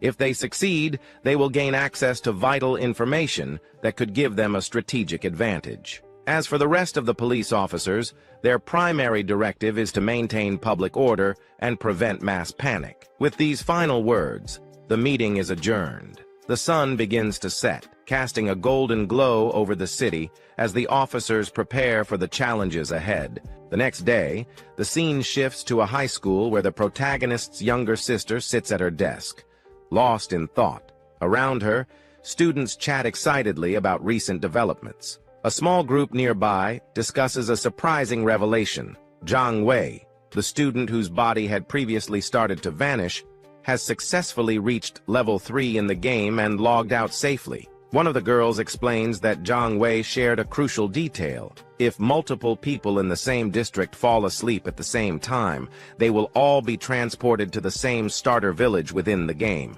This news sparks a mix of excitement and concern among the students. Another girl, alarmed by this information, insists, "This won't do. I need to return home and bring my parents into the game. They have no gaming experience, and I'm terrified something might happen to them if they enter this world unprepared." However, another student disagrees, arguing that they shouldn't rush to involve their parents just yet. Instead, we should focus on growing stronger first. Only then will we be capable of protecting our families when the time comes. Meanwhile, the protagonist's younger sister stares at her phone, deep in thought. A nagging frustration bubbles inside her. Why hasn't her brother reached out to her yet? With something as monumental as the forgotten game of the gods unfolding, she expected at least a single message from him. But there's been nothing. Not only has he failed to check on her, but he hasn't even apologized for hitting her earlier. That was completely unlike him. In the past, whenever they fought or she made him angry, he would always find a way to make peace with her. But today, silence. No apologies. No attempts to smooth things over. Even their parents had never so much as laid a finger on her, and yet he, her own brother, had struck her. Still sulking, she tries to justify her actions. All she did was skip class to see Songfei's concert. Was that really such a big deal? She pouts, deciding that unless her brother calls her and apologizes at least 1,000 times, she will never forgive him. Her irritation quickly shifts into excitement as she begins gushing over Songfei. In hindsight, it was a blessing that she had gone to see him yesterday. Once the forgotten game of the gods fully takes over, she might not get many more opportunities to attend his concerts. A dreamy expression takes over her face as she recalls the night before, reliving the moment she stood so close to him during the performance. A mental image of Songfei on stage flashes through her mind, and she melts into full-on fangirl mode, swooning over how amazing he was. But then, a realization hits her. If everyone enters the game world while sleeping, then that means Songfei will too. Her face flushes red as she imagines meeting him inside the game. Would this be her chance? Could fate finally be bringing them together? Her heart races at the thought as she eagerly prepares to go to sleep. Suddenly, she remembers something. Jiang Wei had leveled up to level 3 at an incredibly fast pace. That meant he was likely an expert already. If she wanted to make the most of her time in the game, she needed some solid advice. Without wasting a second, she sends Jiang Wei a message, asking if he has any useful strategies to share before she enters the game world. The scene shifts to Jiang Wei, who is surrounded by his classmates when he receives her message. He glances at his phone, and a smirk spreads across his face. Internally, he marvels at the situation. Who would have thought that even a goddess like the protagonist's younger sister would be reaching out to him for advice? He sees this as a golden opportunity, a sign from the heavens. This was his chance, whatever that meant. Wasting no time, Jiang Wei confidently replies, telling her that she has come to the right person. He then reveals a crucial secret about the game. At the start, she must invest all her attribute points into agility. Otherwise, she won't be fast enough to escape from monsters and will end up dying repeatedly. Skeptical, she asks, "Does that apply even if I choose a mage-type class?" Jiang Wei assures her that it does. Agility isn't completely useless for mages, he explains. In fact, it increases casting speed, which is extremely important in the early stages. Still cautious, she presses further. "What happens if I can't win even after boosting my agility?" Jiang Wei confidently reassures her. "As long as someone in our village reaches level 5, the village's teleportation formation will activate, linking all the starter villages together. Once that happens, you just need to form a random party to help you level up. And when the teleportation circle is active, I'll come and find you." Hearing this, she is immediately overjoyed. Lying back on her bed, she grins inwardly. Simps like Jiang Wei are so useful. Just like that, she has already found someone to carry her. As sleep begins to take over, another thought crosses her mind. This is perfect. She will enter the game before her brother does, level up rapidly and become stronger. And when the time finally comes for her brother to join, she'll make sure he struggles. No carrying, no help. He'll have to fend for himself. Satisfied with her plan, she drifts off to sleep, eager for the adventure ahead. The scene shifts back to the game, where the protagonist stands before the spoils of battle, surveying the loot dropped by the fallen boss monster. Among the scattered treasures, a particular glowing orb catches his eye. As he reaches for it, a system notification appears, revealing that he has obtained the Cursed Ring, a gold-tier item. The system further explains its attributes. Usable by all professions. Provides a boost of 8 points to all attributes. Increases dark elemental resistance by 26 points. Enhances weak point attacks by 1.5 times. However, the ring requires the user to be at least level 4 to equip. Analyzing the item's benefits, the protagonist quickly realizes that the total attribute boost sums up to 32 points, comparable to leveling up 3 times. Additionally, the ring's dark resistance will be highly useful against numerous enemies, and the weak point attack multiplier adds another layer of advantage. With this in mind, he recognizes the Cursed Ring as a valuable asset for his journey ahead. Before he can dwell further on his newfound item, another system notification appears, informing him that he has acquired a new skill, Instant Shadow Slash, a silver-tier assassin-type ability. The system elaborates on its mechanics. When activated, the skill unleashes multiple slashes in a single direction, reaching up to 15 meters. Grants temporary invincibility for 5 seconds. Strikes all enemies within a 2.1-meter-wide path 3 times. Each strike inflicts 100 damage and is considered a backstab, though it does not target weak points. Cooldown time, 12 seconds. Realizing the potential of this ability, the protagonist acknowledges that it's a powerful area of effect attack with the added advantage of temporary invisibility. Wasting no time, he immediately learns the skill. With evolution points still remaining, he decides to enhance one of his core abilities, Hand of Avarice. The system promptly deducts 8 evolution points, upgrading the skill from Jade rank to Diamond rank. The effects of Hand of Avarice are significantly improved. The chance of obtaining extra loot from defeated monsters increases from 160% to 220%. The probability of the extra loot upgrading by 1 level jumps from 20% to 40%. Reflecting on the enhancement, the protagonist calculates that with this boost, he will now receive 2 pieces of loot per enemy, making each kill effectively 3 times more rewarding. Not wanting to waste his remaining evolution points, he decides to further upgrade Instant Shadow Slash by 3 levels. The system deducts 3 evolution points, leaving him with just 1 remaining. The skill evolves rapidly, rising from silver rank to gold rank, and finally reaching platinum rank. Instant Shadow Slash has undergone a significant upgrade. Attack range expands from 15 meters to 21 meters. Invisibility duration increases from 5 seconds to 7 seconds. Number of slashes rises from 3 to 5. Strikes all enemies within an expanded 3.1-meter-wide path. Cooldown slightly reduced from 12 seconds to 10.43 seconds. Each strike now deals 200 damage, double its previous potency. Every attack is guaranteed to count as a backstab, ensuring activation of backstab skill effects. Still incapable of targeting weak points. As the protagonist assesses these improvements, he acknowledges that while the cooldown isn't drastically reduced, the skill's ability to grant continuous invisibility can be exploited to gain the upper hand in battle. Shifting his focus to the remaining loot, he quickly determines that most of it is worthless junk. However, one item stands out. A silver-tier warrior skill book, Battle Roar. Recognizing its value, he notes that selling it will grant him additional tradable lifespan. Just as he finishes his evaluation, a sudden movement catches his attention. Turning around, he spots 3 massive creatures rushing toward him. Without hesitation, he identifies them as level 4 limb crawlers, grotesque, predatory monsters. Rather than feeling threatened, he sees this as the perfect opportunity to test the true power of his newly enhanced skill. Without wasting a second, he activates Instant Shadow Slash.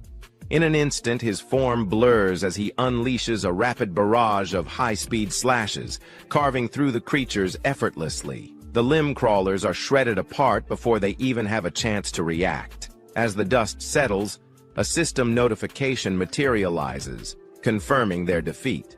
The system immediately registers his victory, awarding him 80 experience points and granting an additional 5 days of tradable lifespan as a reward. Standing amidst the aftermath, a dark, menacing aura radiates from the protagonist. He calmly reflects on his newfound power, realizing that his efficiency in eliminating enemies has skyrocketed once again. He contemplates a potential strategy, reasoning that if he combines his poison dart skill with Instant Shadow Slash, he could secure victory before the battle even begins. Checking his current tradable lifespan, he confirms that he now possesses 618 days. However, to bring his in-game skills and equipment into reality, he requires a minimum of 900 days, approximately 2.5 years worth. With that in mind, he devises his next course of action. Sell all valuable items stored in his inventory. If everything goes as planned, he might reach the minimum required lifespan sooner than expected. Once he reaches level 10, he will finally bridge the gap between the virtual and real worlds. The scene shifts to our protagonist making his way back to the starter town, shrouded in invisibility thanks to his latent image skill. Moving undetected, he suddenly overhears a conversation nearby. A man congratulates a woman on reaching level 3, reminding her of a promise she made. As he observes them, it becomes clear that the individuals in question are the blonde girl from earlier and Lao Mao. Their exchange reveals a prior agreement. Lao Mao had promised to help the blonde girl reach level 3, allowing her to log out of the game, in exchange for 5 million in cash. Now that she has achieved her goal, Lao Mao expects his payment. The blonde girl reassures him, asking if he truly doubts that her father's company, Dajian Industry, can spare such a small amount.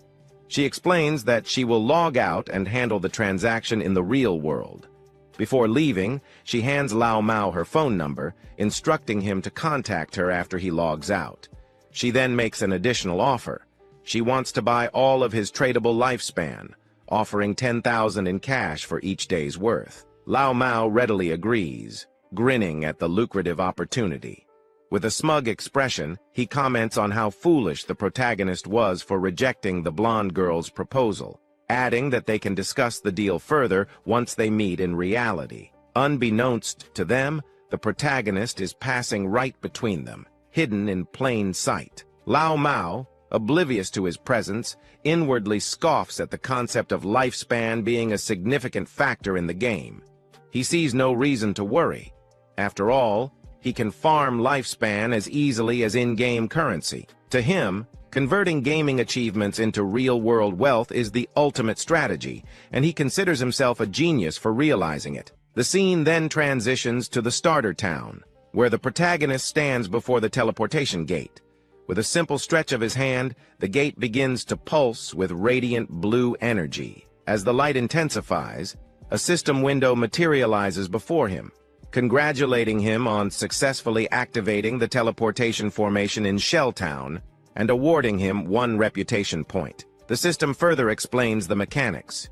He can use the teleportation gate once per day for free, but subsequent uses will consume tradable lifespan. However, at present, no other teleportation gates in the game have been activated, rendering it effectively useless for now. The protagonist muses over the situation, understanding that the teleportation formation in the starter town is a two-way system. Activating one side alone serves no purpose. A player from another starter town must reach level 5 and activate their own teleportation gate for it to function properly. In his past life, he recalls that Song Fei had been in Firefly Town. To stay ahead, he sets up an altar that will immediately notify him the moment someone activates the Firefly Town teleportation gate. He isn't just waiting, he's preparing. The moment that gate lights up, he'll be ready to catch that unskippable fade with Song Fei. As the protagonist ventures deeper into the city, his mind is already fixated on his ultimate goal. While teleportation between towns may seem significant to most players, he knows that the real challenge lies ahead. His true objective is to reach level 10 and gain access to the God's abandoned realm, where he can finally activate his authority. Only then will the true God-forsaken game begin. A short while later, he sets up shop, and a system notification hovers above him, announcing to all nearby players that he is selling equipment and skills, but only for 10 seconds. It's a first-come, first-served opportunity. The response is immediate. Players erupt in excitement, rushing toward him while calling him an expert.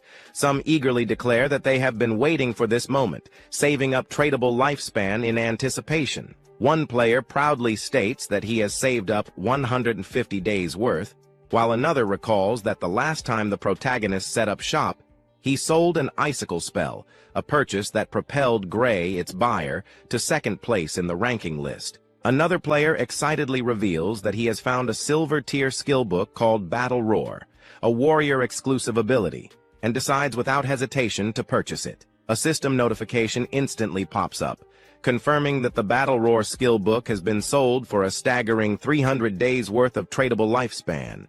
The surrounding players are left in shock. One of them questions whether a single skill book is truly worth such a high price. Another player scoffs at his lack of foresight, explaining that battle roar significantly boosts a warrior's efficiency in farming monsters. With the skill, 300 days of tradable lifespan can easily be recovered in less than 2 days, making it an exceptionally worthwhile investment. Realizing the value of the protagonist's wares, the rest of the players rush forward in desperation, eager to purchase anything before it's too late. Within mere seconds, everything is sold out. Glancing at his system window, the protagonist assesses his earnings. In just 1 minute, he has amassed 650 days worth of tradable lifespan, bringing his total to 2,174 days. However, he remains unsatisfied. To truly bring his attributes, skills, and equipment into reality, he will need far more tradable lifespan. Meanwhile, some players groan in frustration, lamenting that they didn't even get a chance to buy anything. They ask whether he plans to set up shop here again, and he confirms that he will. Suddenly, a female player's voice rings out, calling for his attention. She claims to have a treasure and asks if he would be interested in making a deal. As the protagonist turns to look, he recognizes her. She is one of Wang Ming's teammates. The system immediately identifies the treasure in question, a space ring with 12 inventory slots. The system further explains that the ring does not occupy the protagonist's backpack or equipment slot. The protagonist is momentarily stunned. He inwardly recognizes the space ring's true value.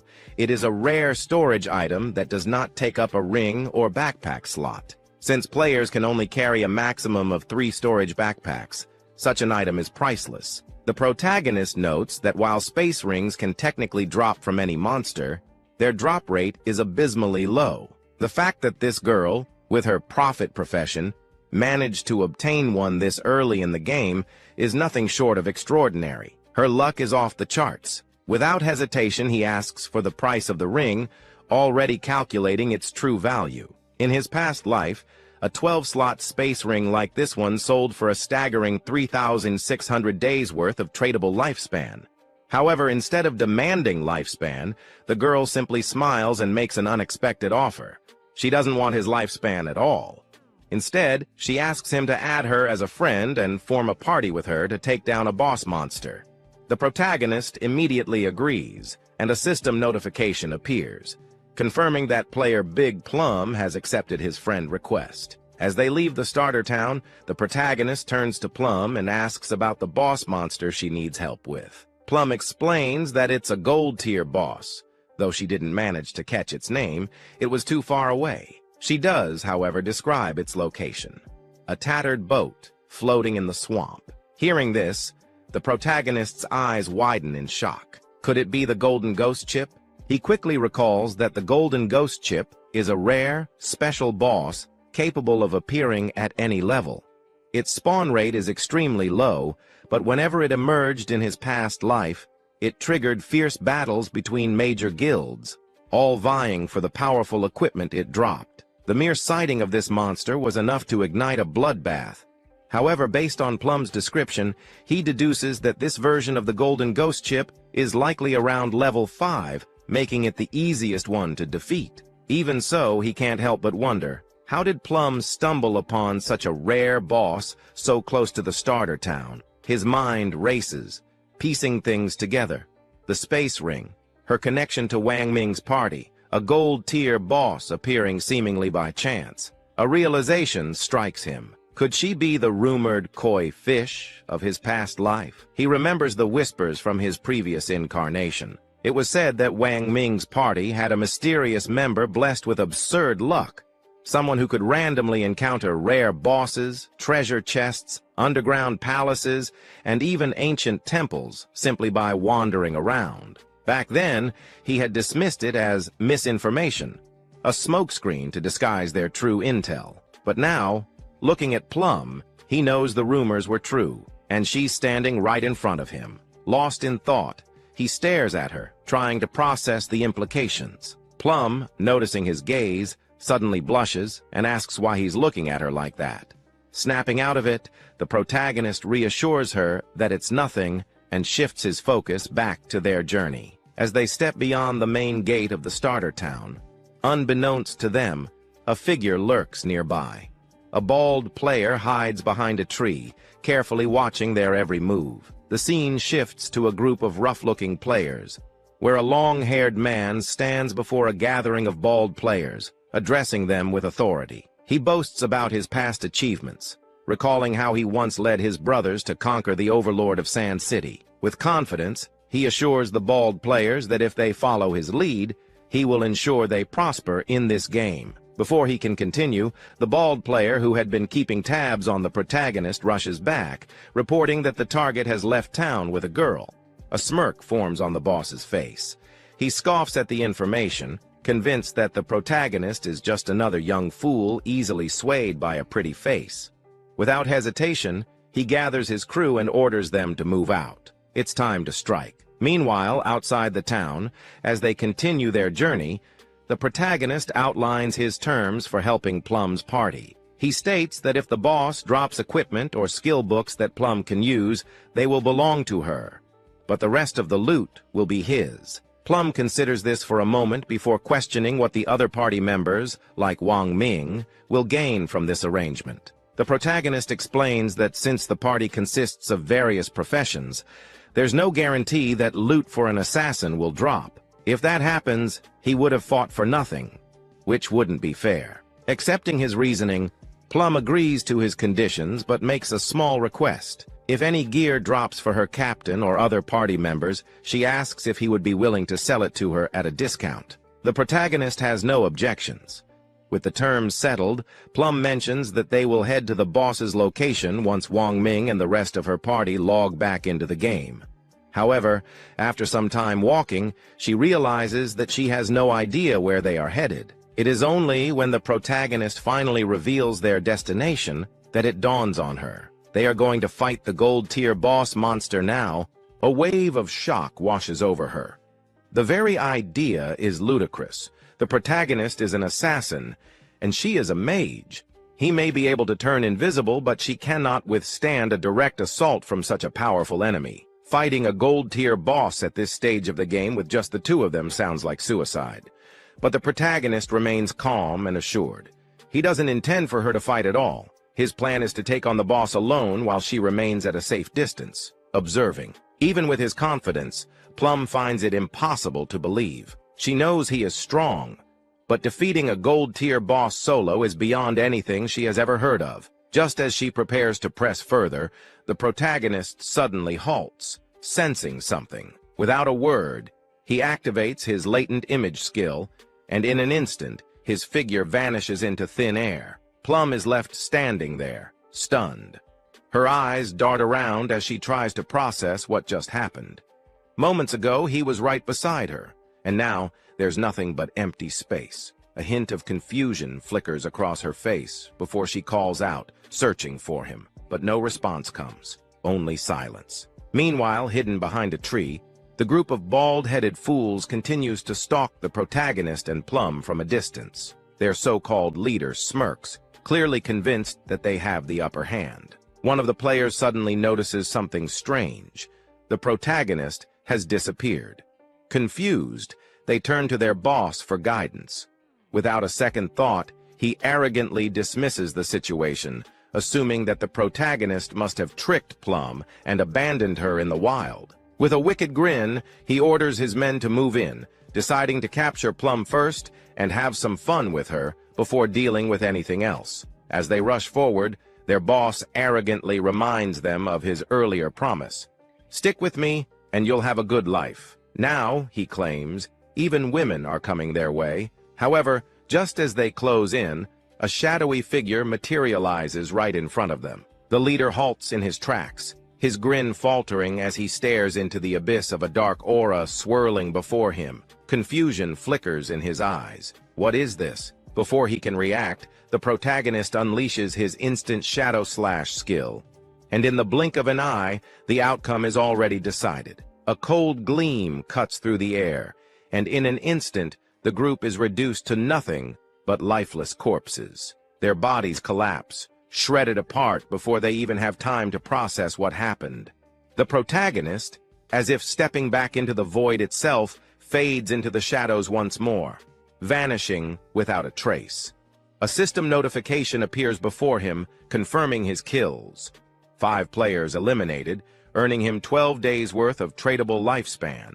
Glancing at the bodies on the ground, he barely spares them a second thought. Their loot is pitiful, hardly worth mentioning. In his mind, killing them was no different from slaying 2 low-level monsters. Without any sign of what just transpired, the protagonist reappears beside Plum, his expression completely indifferent. Plum, still unaware of what happened, immediately questions him about his sudden disappearance. The protagonist simply shrugs, casually explaining that a few people had been following them, so he sent them back to town. At first, Plum seems satisfied with the answer, but then her curiosity takes over, and she bombards him with questions. She confesses that she initially thought he had left to relieve himself, but then she begins rambling, joking about how convenient his invisibility skill must be. With it, she speculates, he could pee, or even poop, whenever he wanted without any fear of being seen. The protagonist cuts her off mid-sentence, clearly unamused by the bizarre turn in conversation. Without wasting any more time, he tells her to focus and hurry up. They need to reach the gold-tier boss monster. The scene shifts to the starter town, where the protagonist's younger sister arrives in the game after completing her profession selection. Judging by the staff in her hand, it's clear she has chosen the mage profession. As she takes in her surroundings, she can't help but marvel at how incredibly realistic the game feels. Nearby, players casually remark that another newcomer has entered the world. Examining her magic staff, she proudly reveals that she has obtained a hidden profession known as sacrifice. She assumes that since it's a hidden class, it must be incredibly powerful, even powerful enough to help Song Fei. Speaking of him, she wonders if he has made it into the game yet, and whether he knows the secrets about the starting points that Jiang Wei had mentioned. Her thoughts shift, and an annoyed expression crosses her face as she grumbles about where her brother has disappeared to. With frustration, she mutters that he always acts like he cares about her, yet when it truly matters, he's nowhere to be found. Shrugging it off, she reassures herself that with her hidden profession and Jiang Wei's promise to help her level up, she doesn't need to rely on her brother anyway. If anything, he can just fend for himself. Just then, her eyes land on the leaderboard in the starter town, revealing that the protagonist has already reached level 6. She immediately questions why Jiang Wei was boasting about his own strength in the real world when he's only at level 3. Clearly, the true expert here is Shadow, the mysterious player sitting at the top of the rankings. A spark of ambition ignites within her. If she can stick close to Shadow, she'll be able to level up much faster than relying on Jiang Wei. The only question now is, where can she find him? Nearby, we see Wang Ming and his team discussing a problem. Wang Ming complains that one of their party members, swaying with the wind, has completely vanished, and he can't get in touch with him. Growing impatient, he tells the team they don't have all day to wait around and asks if anyone has a plan. One of his teammates points out that without a healer, fighting mobs will be difficult, while another remarks that, unlike Shadow, they can't just farm solo. With no other options, someone suggests they recruit another healer to fill the gap. Overhearing this, the protagonist's younger sister seizes the opportunity. She confidently approaches Wang Ming and his team, greeting them before offering her services. With a smirk, she declares that she has a hidden class, Life Sacrifice. The scene shifts to the protagonist, who, along with Plum, has arrived at the cliff where she claimed to have spotted the gold-tier boss monster. Sure enough, as he peers down into the misty depths, he confirms his suspicions. This is indeed the Golden Ghost Ship boss, just as he expected.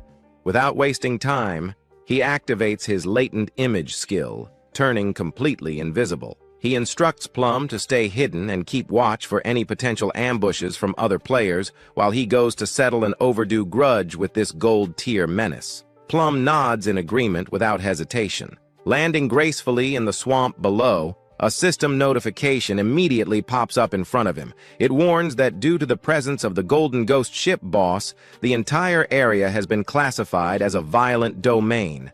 The key detail, the rate of lifespan depletion in this domain is 100 times faster than normal. Processing this, the protagonist quickly does the math. At this accelerated rate, staying here for just 15 minutes would be equivalent to losing an entire day's worth of lifespan. But he brushes off the concern. Temporary violent domains like this won't have a major effect on him. The system then formally identifies the boss as the Golden Ghost Ship, a level 5 monster, with a countdown of 45 minutes and 25 seconds before it vanishes. Without hesitation, the protagonist prepares to strike. He knows that special bosses like this always have a time limit, but 45 minutes? That's more than enough time. He immediately unleashes his instant shadow slash skill, and the results are devastating. The attack lands cleanly, chunking the boss's health for 549 damage 3 times over. To ensure the pain keeps coming, he follows up with a well-aimed poison dart, hitting the eerie green glow bells on the ghost ship's bow. Thanks to the stealth attack bonus, the hit lands as a critical strike, dealing 621 damage in an instant. While airborne, the protagonist coolly analyzes the battle. Taking down the Golden Ghost Ship isn't just about brute force. Its weak point is not its skeletal body or even its ghostly ship form. The real vulnerability lies in the ghost firebell hanging at the tip of the vessel. As the poison dart takes effect, the system registers an additional 207 damage per second for the next 5 seconds. But the boss isn't about to take this punishment quietly. The Golden Ghost Ship roars to life, preparing a counterattack. The protagonist isn't surprised. He knows that whenever this monster's weakness is struck, it retaliates by controlling the surrounding water and unleashing a massive AoE attack. And right on cue, towering water pillars erupt in all directions, crashing down like devastating tidal waves. He notes that these water pillars aren't just for show. Their damage output is absurdly high. Even early-stage warriors clad in silver-tier armor would struggle to survive a single hit. Fortunately, his Shadow class profession grants him exceptionally high agility right from the start. Without it, dodging this attack would have been nearly impossible. With the battlefield now in chaos, the real fight begins. The Golden Ghost Ship monster begins to concentrate, and almost immediately, grotesque, decayed hands start clawing their way out of the murky swamp as skeletal figures rise. The protagonist calmly observes, explaining that once the boss finishes its massive AoE attack, it follows up by summoning 12 decaying water ghosts. These creatures, each possessing the strength of a silver-tier monster, now stand menacingly before him. He notes that this is the moment where most adventuring parties would begin to panic. The Golden Ghost Ship doesn't just stop at summoning a dozen of these abominations. It continues to conjure more every 3 minutes. If left unchecked, their numbers will spiral out of control, leading to a full party wipe. The key to survival? Taking them down before they overwhelm the battlefield. Fortunately, our protagonist has been invisible from the very start. The summoned ghosts, unable to detect him, stand no chance. He positions himself at the perfect angle and, in an instant, unleashes his instant shadow slash skill. A blur of deadly precision follows, and in the blink of an eye, every decaying water ghost is obliterated effortlessly. Watching from a distance, Plum is completely stunned. She had heard about top-ranked players before, but witnessing one in action, this was on another level. As if to further cement his dominance, the protagonist launches another poison dart directly at the Golden Ghost Ship's weak point, landing yet another critical hit for 621 damage, with the added effect of 207 DPS from the poison. Plum can't help but admire what she's seeing. So this is how the #1 ranked player fights. His speed, his precision, his ability to appear and disappear like a phantom, it was simply unreal. In just moments, the gold-tier boss had already lost half of its health, and the monster hadn't even managed to land a proper counterattack. Then, out of nowhere, the protagonist casually calls out to Plum, referring to her as Little Black. Confused, she wonders what he's talking about, especially since he follows it up by saying he's about to die soon. She blinks. Die? Plum doesn't understand.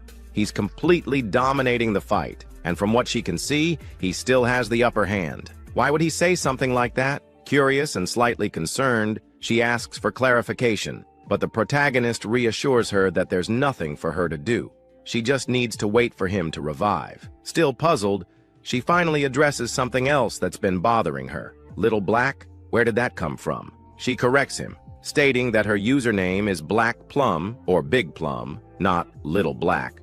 With a huff, she adds that Little Black sounds more like a dog's name than a player's. Annoyed, Plum argues back, but it's no use. Our protagonist just keeps calling her Little Black. Meanwhile, the scene shifts back to the same idiots who had the audacity to attack our protagonist earlier, only to get completely wiped out. Having just revived, their leader looks absolutely pissed. Frustrated, he grumbles that he used to slay legends left and right back in his prime, but now he's getting bullied by a little girl. Just then, one of his lackeys comes sprinting over, practically gasping for air. He reports that he's located Plum. She's standing at the edge of a cliff, watching Shadow fight a boss monster solo at the bottom. Hearing this, their leader's eyes light up with excitement. He immediately barks out orders, declaring that this time he's gathered all his brothers, or minions to be exact, and they will definitely take Shadow down. Back at the fight, meanwhile, the battle against the Golden Ghost ship rages on. Our protagonist continues his breakdown of the fight mechanics, revealing the fourth and most dangerous rule when facing this monster. Once its health drops to half, it will unleash a massive AoE Soul Surge attack. And right on cue, the Golden Ghost ship does exactly that. Our protagonist immediately recognizes the problem. This attack not only has a ridiculous range, but it also paralyzes him for 5 seconds. With his current stats, there's no dodging this one. The Soul Surge expands outward in a massive shockwave, sending a ripple of eerie energy across the battlefield. Even Plum, watching from above, is stunned by the sheer scale of the attack. Then, it hits. A direct impact. 59 damage dealt. The system notification pops up, confirming what just happened. Player Shadow has died. Another system prompt follows immediately. Shen's system. Player Shadow has died. Lost 326 years of untradeable lifespan. Lost 1,087 days of tradable lifespan. Meanwhile, at the top of the cliff, the idiots arrive just in time to witness our protagonist's death. They erupt into laughter. So this guy was supposed to be an expert? One of them scoffs. A couple of people called him a top player, and now he thinks he can solo a gold-tier boss? What an idiot. But then something else catches their attention. Their eyes widen as they spot the loot drop from Shadow's death. Judging by its sheer size, they estimate that it must contain at least 300 days worth of lifespan. Excitement surges through them, and then they get greedy. With the Golden Ghost ship already at half health, they assume they can swoop in, finish it off, and score massive lifespan gains from the boss loot drops as well. One of them even declares, "Today we, the underdogs, are devouring half of Shadow's top-ranked lifespan." Filled with confidence, they charge forward. But once they took another step, they appeared in the sky. The leader was confused, not knowing what was happening. He and his men were teleported back to Shell Town. They felt frustrated, not understanding why this boss was so powerful or how the player's Shadow had attacked it until leaving it at half health. Some were furious, since just after entering the swamp, the boss had instantly killed them with the water pillar, not to mention that the swamp was full of small mobs. For them, there was no way to fight this. The leader gritted his teeth and refused to believe it. They had suffered great losses. So he gave the order for his men to follow him as he wanted to try again. At the same time, someone jumped. It was Qin Fang, who had already returned to the swamp. He felt somewhat confused upon seeing so much lifespan dropped on the ground. Using the chat, he informed Little Black that he was already back and also asked why there were so many lifespan light orbs. Little Black was somewhat surprised to see how quickly he had returned, explaining that the lifespan belonged to a group of people who had charged noisily against the boss, only to be wiped out by the water pillar. Qin Fang couldn't help but smile upon seeing that they had overestimated their own strength. But then he remembered that in his past life, he had also suffered a lot because of the ghost ship. The boss was still roaming around the area. Qin Fang began to observe it, knowing that the Golden Ghost ship was only going to use the immobilization skill once, so the rest of its health was very easy to handle. When it received damage while below half health, there was a fixed probability that it would disappear and reappear far away, making it very difficult for normal players to kill it. Without wasting another second, Qin Fang launched a poison dart, which hit the ship's bell directly. The boss became enraged and began to summon another attack. Seeing this, Qin Fang used Shadow Sneak and became invisible. After carefully observing the boss's movements, Qin Fang used Instant Shadow Slash and attacked quickly, since he had long seen through its movement patterns. The leader and his men arrived at the cliff again. One of them informed his boss that Qin Fang was fighting against the boss again. Upon hearing this, he decided to find an opportunity to take down both. Seeing that the group of idiots had returned to cause trouble again, Little Black got angry. Shadow was about to kill the boss, so she decided not to let these bastards get away with it.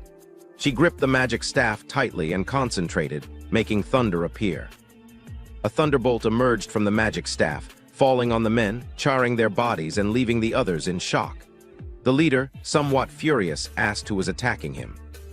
One of his men began to point at Little Black with his finger, informing him that it had been her. He picked up his axe from the ground and gave the order to his men to kill her. Seeing this, Little Black's eyes filled with fear. She started running, asking for help. The leader and his men began chasing her, swearing to kill her. Not far from the area, a man who was hiding behind a tree began to observe them. She was not alone. There was another man behind him. Upon noticing that Little Black and the others were approaching, they hid again behind the tree. Back at the swamp, Qin Fang distanced himself from the boss, his gaze fixed on it, realizing that it was almost dead. But it was as he had expected. Despite being only a level 5 boss, the Golden Ghost ship was difficult to kill alone. He knew that his damage was very low. The battle had taken too long, attracting many people to spectate. Noticing that there were people on the cliff, he realized they were those who had just died. Additionally, he noticed that there was also a group beside the swamp, waiting for him to kill the boss before killing him and seizing his loot. The poison started to take effect on the boss, making its eyes begin to shine, and not long after, its body started to disappear. The system announced the death of the Golden Ghost ship of Gold Grade, granting Qin Fang as a reward 480 experience points. He ascended to level 8, obtaining 7 evolution points and 216 days of tradable lifespan. Our boy activated Shadow Sneak. It had been a good dream, but it was a shame that it had miscalculated. A general system notification sounded everywhere, revealing that the player Shadow from Shell Town had been the first on the server to kill a Gold Grade boss, receiving 3 reputation points. The notification caught the attention of all the players in the area. No one knew who Shadow was or why he was so strong. Others were furious, since the first person to kill the Gold Grade boss had to be from Han City. In Shell Town, Wang Min looked at the system notification with confusion, as it had only been a short time since Shadow was fighting against the bronze boss by himself. Only a short time had passed, and he had already killed a gold boss solo. He did not know why the difference between Shadow and the others was so great. Qin Fang's sister's eyes began to shine with determination. Realizing that Shadow really was the strongest, she thought that if Shadow helped her level up, then she would be able to see brother Song Fei. The body of the boss disappeared, leaving lifespan and loot on the ground. The boss of the group that was hiding behind the tree couldn't help but smile upon seeing that the boss had dropped so much loot. With a wicked expression, he realized that Shadow had hidden using invisibility without taking the loot, realizing that he must be wary of them. He gave Guang the order to release his skill and find Shadow. They were going to kill Qin Fang and take the gold boss's loot for themselves.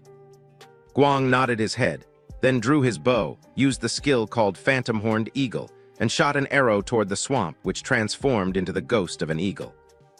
The eagle flew until it exploded, causing its feathers to start falling over the swamp. Qin Fang began observing them carefully. He did not expect this hunter to learn this anti-invisibility ability so quickly.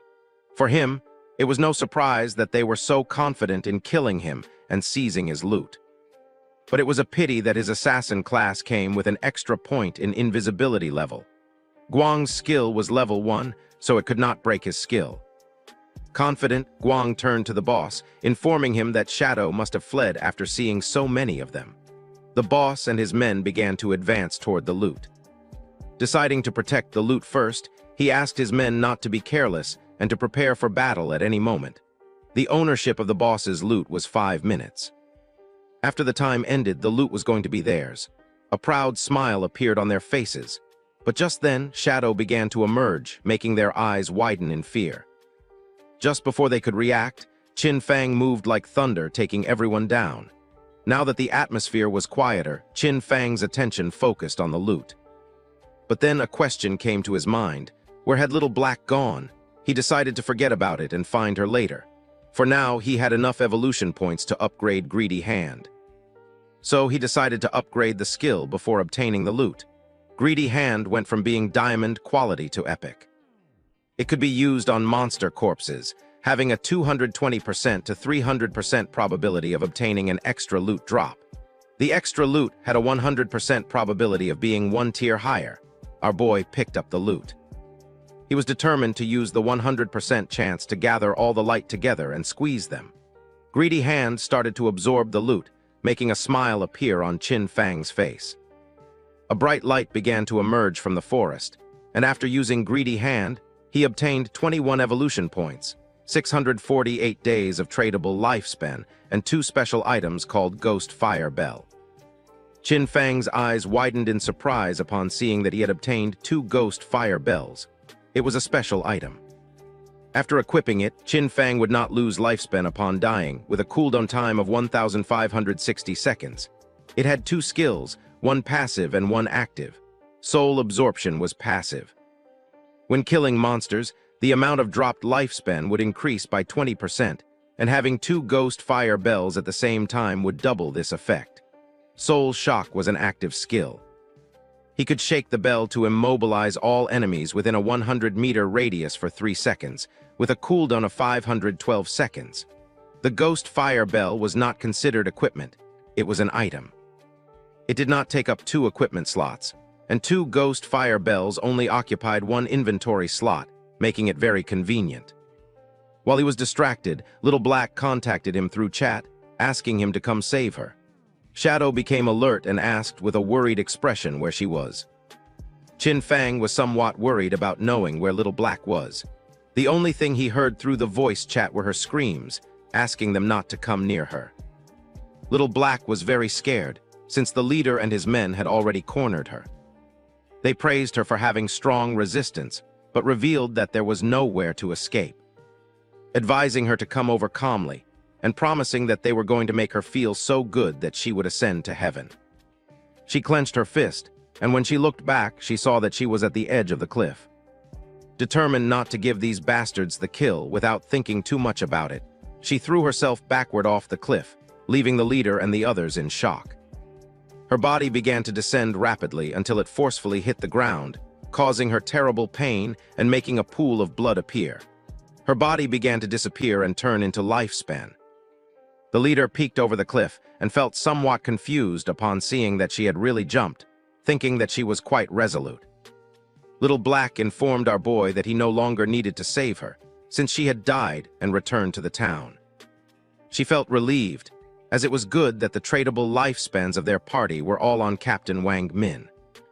Qin Fang felt relieved and asked Little Black to wait for him there, as he was going to pass the stuff to her. She felt happy and praised our boy for having worked hard. He collected all the lifespan that was in the area. This time, he had one big haul. His tradable lifespan had reached 315 days, and he even had 21 evolution points. He decided to use the points and evolve Greedy Hand. A system window appeared, informing that the skill Greedy Hand had already reached epic. It required 10 times the evolution points to keep evolving. The system asked if he wanted to spend 210 evolution points to evolve this skill. Qin Fang was not surprised. For him, this was to be expected. It was not so simple.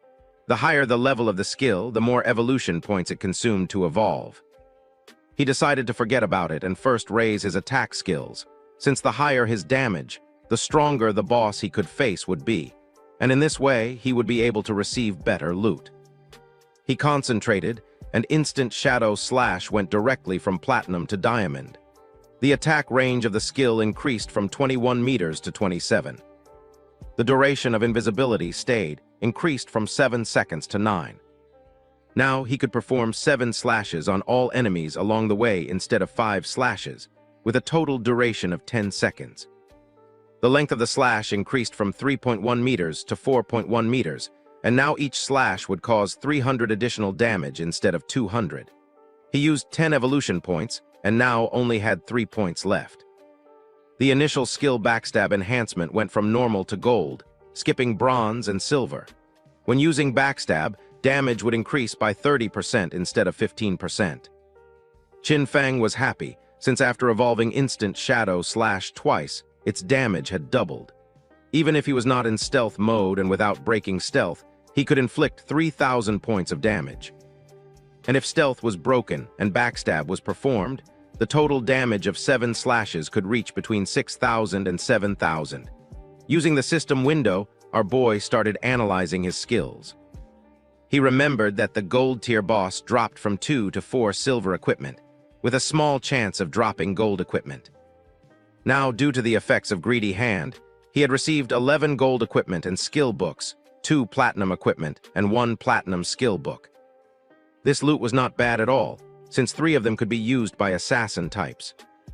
Among the equipment was the Ghost Chip Dual Blades of Platinum, an assassin-class weapon with a damage of 136 points, agility of 22 points, attack speed of 24%, and armor penetration of 17 points. The requirement to use this weapon was to be level 5. The unique effect of this weapon was that each normal attack would inflict damage twice. Qin Fang equipped the 2 daggers. The effect was not very useful, since basically he always used his skills to deal damage. But the base attack of this weapon was quite high, and it also had 22 agility points. The attack speed was also going to increase the skill casting speed, reducing the recovery time, so it was not totally useless. And as for the armor-piercing properties, the benefits were also quite high. Then our boy equipped the Ghost Fire Leather Armor of Gold Tier, with a physical defense of 25 points, fire element resistance of 50 points, damage block of 14 points, granting 419 health points. And the requirement to use this equipment was to be level 5. He was amazed, since leveling up had not increased his constitution. His current health was 350 points, and this equipment had actually added 419 health points directly. When he put this on, most players now wouldn't even be able to break his defense. Using the system, he decided to make his defensive equipment invisible and use the starting appearance of the assassin class. This way, others wouldn't be able to see his equipment with their eyes and would have to enter the game interface to check. This wasn't over yet, since there was still one last piece left. Upon checking the inventory, he saw that it was a skill book. It was called Ghost Shadow Blur of Gold Tier, an assassin class skill. It had a passive. It granted a 15% dodge rate, and dodge activation granted immunity to all damage. Qin Fang was happy to have finally obtained an assassin survival skill. But then he remembered that this skill was very weak, because it was very difficult to increase the dodge rate in this game. And if one spent effort to raise the dodge rate, the other attributes would be low. And if the dodge was not activated, it would be very dangerous. Our boy's body began to shine since he was different from the rest. He could evolve skills infinitely. While increasing the dodge rate, he would not sacrifice other attributes, so there were only benefits for him. Qin Fang started to move away from the area and decided it was time to return. The remaining loot consisted of warrior, priest, and archer items. He could sell them to Wang Min with a 10% discount. And although they couldn't afford them now, he was sure that with Wang Min's personality, he would sell them on credit. This great upgrade was all thanks to Little Black. Without this koi, he wouldn't have been able to find a level 5 ghost ship to attack, so he decided to thank her. Qin Fang passed by a tree, and just at that moment, the leader, who was furious, and his men appeared. Qin Fang noticed them, and they did too, and their faces turned pale. With eyes full of fear, they started running upon seeing Shadow. As expected, Qin Fang was not going to let them escape. So he used Shadow Stealth, and while the skill was activating, he let out a sigh. Just before they could take another step, Qin Fang moved like thunder and finished off all the subordinates. Upon seeing this, the leader panicked and ran with all his strength. But Qin Fang was not going to allow this. Our boy appeared in front of him and deactivated the invisibility skill. The leader's face touched Qin Fang, his eyes filled with tears and fear. He admitted he was wrong and promised not to do it again, begging our boy to please let him go, since he had less than 1 year of lifespan left. With a cold gaze, Qin Fang asked if he had first thought about his own fate when attacking others. Without remorse, Qin Fang attacked with a poison dart. And while the leader was writhing in pain, he turned his back and left. Since he had killed too many players, he received a layer of status called Killer.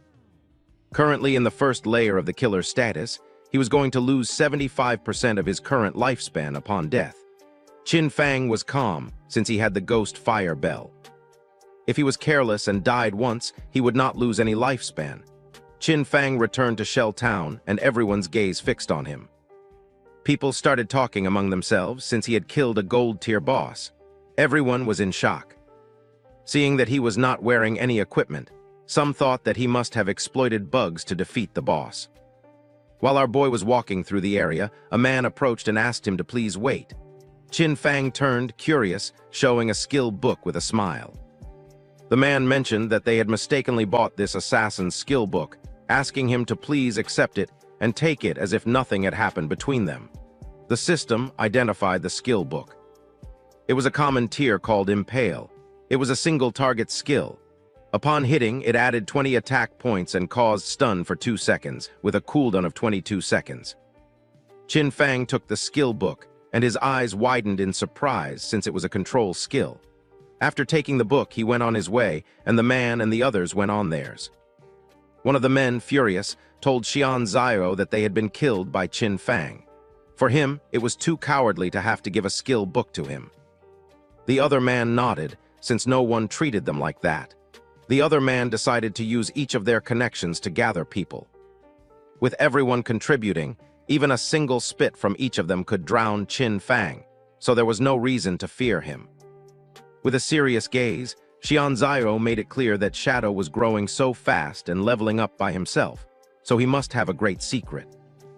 He wanted to find him in real life and kidnap him, since not only would they learn his secret, but they could even make him their slave to collect lifespan for them. The man praised Zhao for this great plan. Zhao decided to have the family send a woman to try to extract information from Qin Fang. When he had heard Shadow's voice just now, it sounded very foreign. He knew he was not within their circle, which meant that he was very poor. They decided to find a professional beauty, as they were sure that Qin Fang would fall into the trap. Qin Fang met with Little Black and asked her to accept the trade, since he wanted to give her some things. Upon hearing this, her eyes filled with excitement, but she explained that her name was not Little Black, but Big Plum. Qin Fang gave her a powerful skill in a necklace, and upon using them, fire began to emerge from her magic staff. She was happy because with this skill in the necklace, her damage had multiplied several times. Moreover, her mana regeneration had more than doubled. She thanked him from the bottom of her heart. Our boy said there was no need, explaining that he was just following their agreement, asking her to give him the space ring.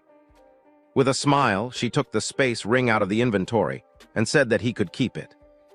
With her face blushing, she revealed that when she was escaping in the forest, she had discovered an underground cave that seemed to be the entrance to a ruin, asking if he was interested. Qin Fang was somewhat surprised, since first it had been the Golden Ghost ship, and now it was a ruin entrance, realizing that it was really beneficial to be friends with this girl. The sincerity was mutual. If he had not given her 2 pieces of gold equipment, maybe she would not have told him this information. With this space ring, his inventory had finally reached 27 slots. Qin Fang asked where Wang Min was, promising that once he sold them the things, he would go to the ruins she had mentioned to take a look. She extended her hand, revealing that the captain and the others had gone to train the new priest, so they were not going to return soon. Using the map, she marked the entrance of the ruins, explaining that there was a stone slab on the ground behind the bushes. She moved the slab aside and hid inside while fleeing, but she had only walked a few steps in when she heard screams from within. She was so terrified that she ran out. Otherwise, those guys would not have caught her. Qin Fang disappeared and decided to head to the ruins right now and trade with Wang Min when he returned. Little Black was somewhat confused. Our boy left Shell Town and entered the forest. Originally, he wanted to find some place to grind to level 10. But since there was a ruin, there was no need to grind. Mainly, there were 3 types of ruins that appeared in a beginner's town: tombs, cursed ruins, and temples of faith. No matter what type of ruin it was, the small mobs were all bronze tier. There might even be some silver tier monsters. For him, they were a sea of lifespan and evolution points. Following the location that Little Black had marked on the map, Qin Fang arrived at the entrance of the ruin. Without wasting any time, our boy entered, remembering that there were mainly 3 types of ruins that appeared in a beginner's town: tombs, cursed ruins, and temples of faith. There was not much to say about the tombs. They were inhabited by many monsters, and it was very difficult to kill them all. Also, there was almost always going to be a golden boss at the end. The monsters in the cursed ruins were all cursed by ancient gods and evil gods. They might have been humans in the past, but some went mad, while others became ghosts after death. The monsters in the temple were all believers of ancient gods and evil gods. Moreover, the layout of the temple was very complex. The walls were filled with ancient murals. If one managed to get past the last 2 types of ruins, they would receive a special item or a skill book. Upon observing the murals on the walls, our boy realized that this was a temple of faith. He began to study the murals carefully because they looked very familiar. At that moment, roars started to be heard. Our boy began walking down the hallway, realizing that this was the faith temple of the ancient god of judgment. It had the same origins as his Eye of Judgment. At the same time, in the forest, Wang Mang and his party were fighting against a monster. Wang Mang drew his shield and blocked the monster's attacks. But then the monster lunged at him, and just before he had time to react, it attacked with its fierce claw, causing Wang Mang's body to fly through the air and inflicting terrible damage on him. Seeing that the captain was injured, the party's archer panicked and gave the order to the healer to heal. Qin Fang's sister was paralyzed with fear, not knowing what to do. With tears in her eyes, she tightly grabbed her magic staff and asked how to do that. While they were distracted, the monster jumped and prepared to attack. Seeing this, the party's swordsman drew his sword and ordered Qin Fang's sister to use her skill. But instead of obeying, she fell to her knees on the ground, dropped her magic staff, and began crying in fear. The monster attacked again, and Wang Mang's party was eliminated. They were teleported to Shell Town. Wang Mang and his men were furious. Little Black, who was in the area, greeted them, and with a smile, asked why they were back so soon, explaining that the expert Shadow was still not back, so they couldn't buy equipment yet. The archer, who was furious, started pointing at Qin Fang's sister and said he had never seen someone as stupid as her. She didn't know how to dodge monster attacks, nor how to use her skills. Zio began to cry, not knowing what to do. Little Black stood in front of her and, with a confused expression, asked the archer why he was so fierce, explaining that she was a beginner and it was her first time playing the game. So it was normal to die once. With eyes full of rage, the archer asked Little Black to move away since he was going to scold her to death. The swordsman explained to Little Black that they had not died just once. They had died 3 times in less than an hour. Upon hearing this, Little Black's eyes widened in surprise. With a smile, she began to show the necklace that Qin Fang had given her. She decided to go with them, revealing that she had just received 2 good things from the expert. She was very powerful now and believed they were not going to die once she was there. Wang Mang stepped forward and gave the order for everyone to stop arguing. For him, Little Black's suggestion was not bad, since with her joining them this time, things should go well. Maybe when they came back, they would be able to meet Shadow. Although deep down Zio was furious, she pretended to be grateful, apologized, and promised to work hard. She could not believe that they themselves could not do the job and still dared to blame her. If it weren't for the connections they had with Shadow, she wouldn't bother with any of them. She was very angry. At the same time, our boy entered a room and something caught his attention. 2 monsters knelt before him, and the system identified them as devout followers of the ancient god called the Judged. They were level 10 monsters and silver tier. Qin Fang's eyes began to shine with suspicion. Without wasting another second, with a determined expression, he attacked the monsters using instant shadow slash. Our boy became invisible, and when he turned around, he saw that he hadn't taken much health from them. Even after breaking his stealth and backstabbing them, they had only lost a small portion of their health. For him, this was to be expected. They were level 10 silver bosses, and the health of these two devout followers together was already greater than that of the gold-tier Golden Ghost ship. Just then, something caught our boy's attention, making him turn curiously. The monsters knelt before him again. He was somewhat confused, since the monsters were kneeling once more in his direction. It was strange because he was still in stealth. He didn't know if they had sensed the Eye of Judgment on him, nor if this was the reason why they weren't attacking him.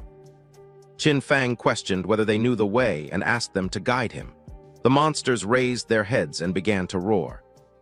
Qin Fang realized that they had been corrupted, decomposed, and had gone completely mad. They had turned into wild beasts that only knew how to steal lifespan from humans. At that moment, the eyes of the monsters began to shine. Not long after, they turned their backs on our boy and ran off. Right at the door of the room, there was a group of players. The monsters sensed their presence and began to charge at them. The players realized that these bosses were silver tier. They could not face even one, so they decided to flee from this place. Just before they could do so, the monsters attacked, and toxic mist began to melt their bodies. Their bodies disappeared, dropping lifespan orbs. They were the team of the girl who had bought Ice Spike from our boy, named Gray Rose. He never thought that they would also find this ruin. Judging by the current players' equipment levels, Qin Fang came to the conclusion that no one was equipped to go deep yet. Our boy deactivated stealth and decided to pick up the lifespan. The monsters knelt before him again. These guys had lost more than 100 days of tradable lifespan, and our boy didn't expect them to be rich. Our boy returned to the room and started searching. Several minutes passed, and after searching around, he hadn't found anything. There were no traps or treasures, so he came to the conclusion that there were only 2 silver mini-bosses. His eyes began to shine with rage, and he decided to forget it. Without hesitating for a second, he attacked using the poison darts, which embedded themselves in the heads of the monsters. As a reward for having killed 2 silver-tier bosses, he obtained 4,000 experience points and ascended to level 9, obtaining 4 evolution points and 188 days of tradable lifespan. Qin Fang used Greedy Hand, and the bodies of the monsters began to disappear. He felt happy, since the epic tier Greedy Hand was absolutely insane. He got 32 evolution points, 1,504 days of tradable lifespan, 4 gold tier items, and 10 silver tier items. He extended his hand, making a pendant appear. He was happy because he had obtained a gold tier item for assassins. It was the Pendant of the Faithful, an assassin class accessory. It was going to grant 15 agility points and 20% cooldown reduction, with the unique effect of summoning a silver tier devout follower to fight for you, with a cooldown of 6,000 seconds. Qin Fang clenched his fist. This necklace had good stats. The 20% cooldown reduction was going to lower the cooldown of his stealth skill from 22 seconds to 19.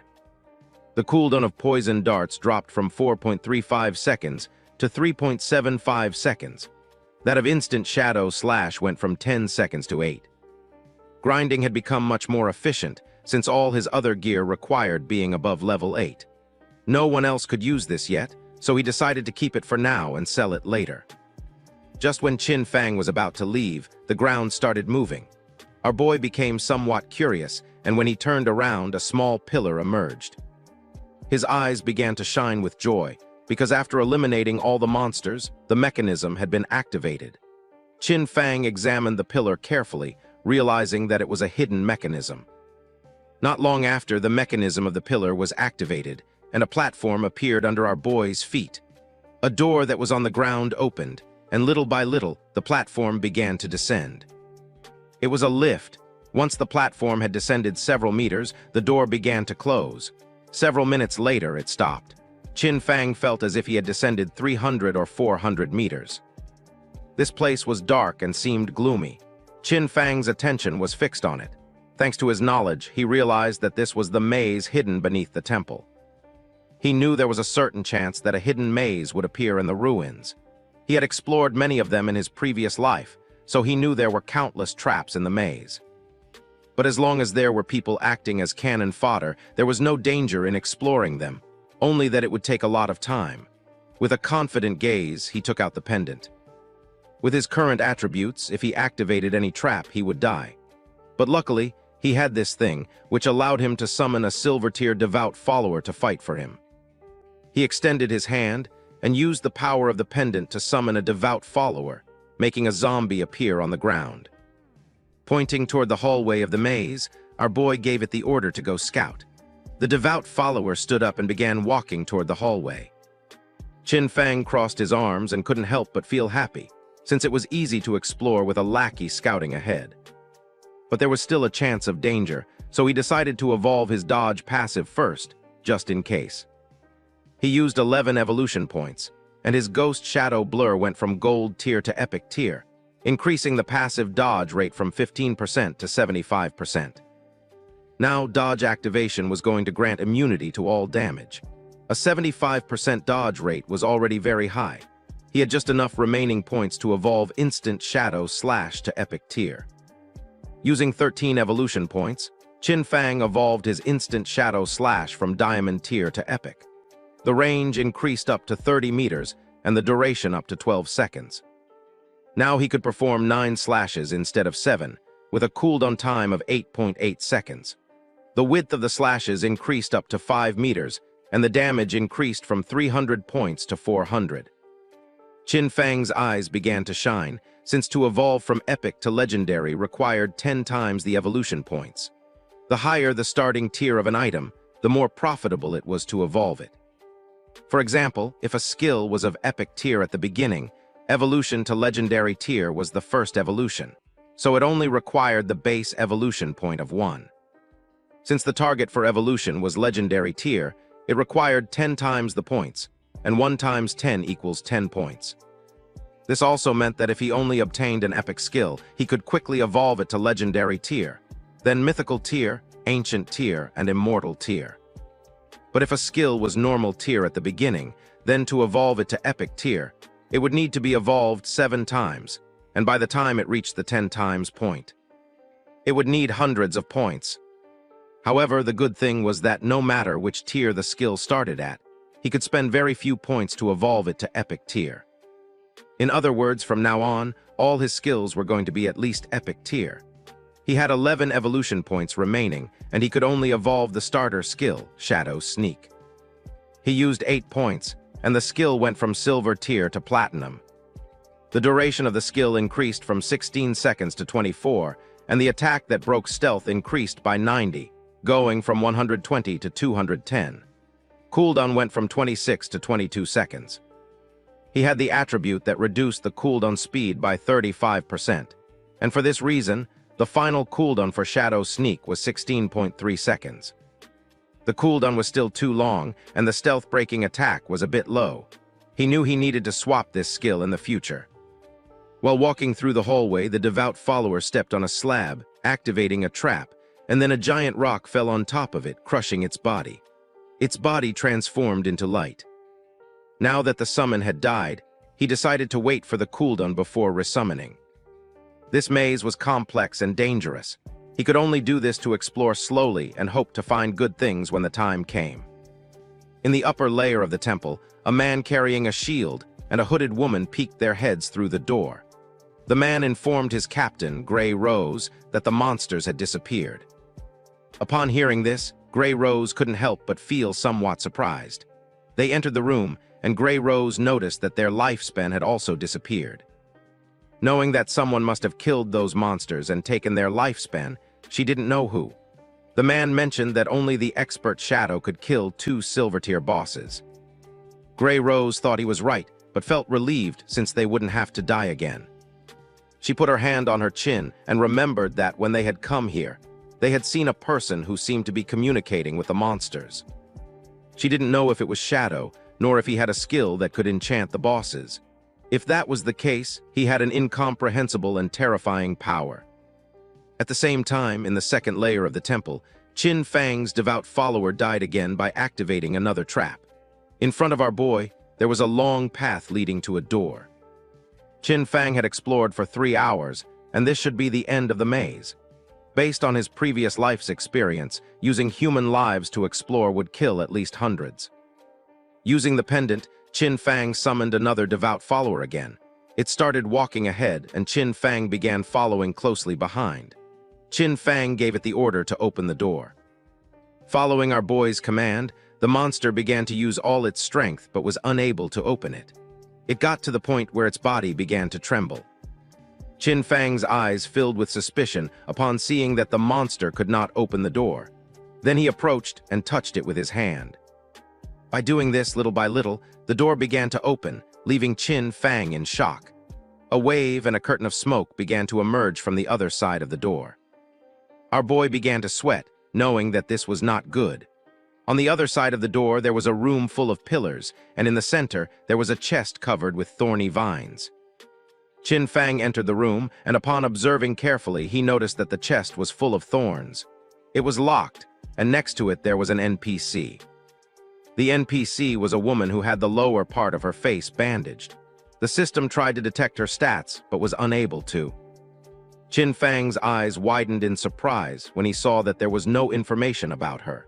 It was the first time he had met such a mysterious NPC. The woman began to whisper in a strange language, and then she knelt down, and her body transformed into light and began to disappear.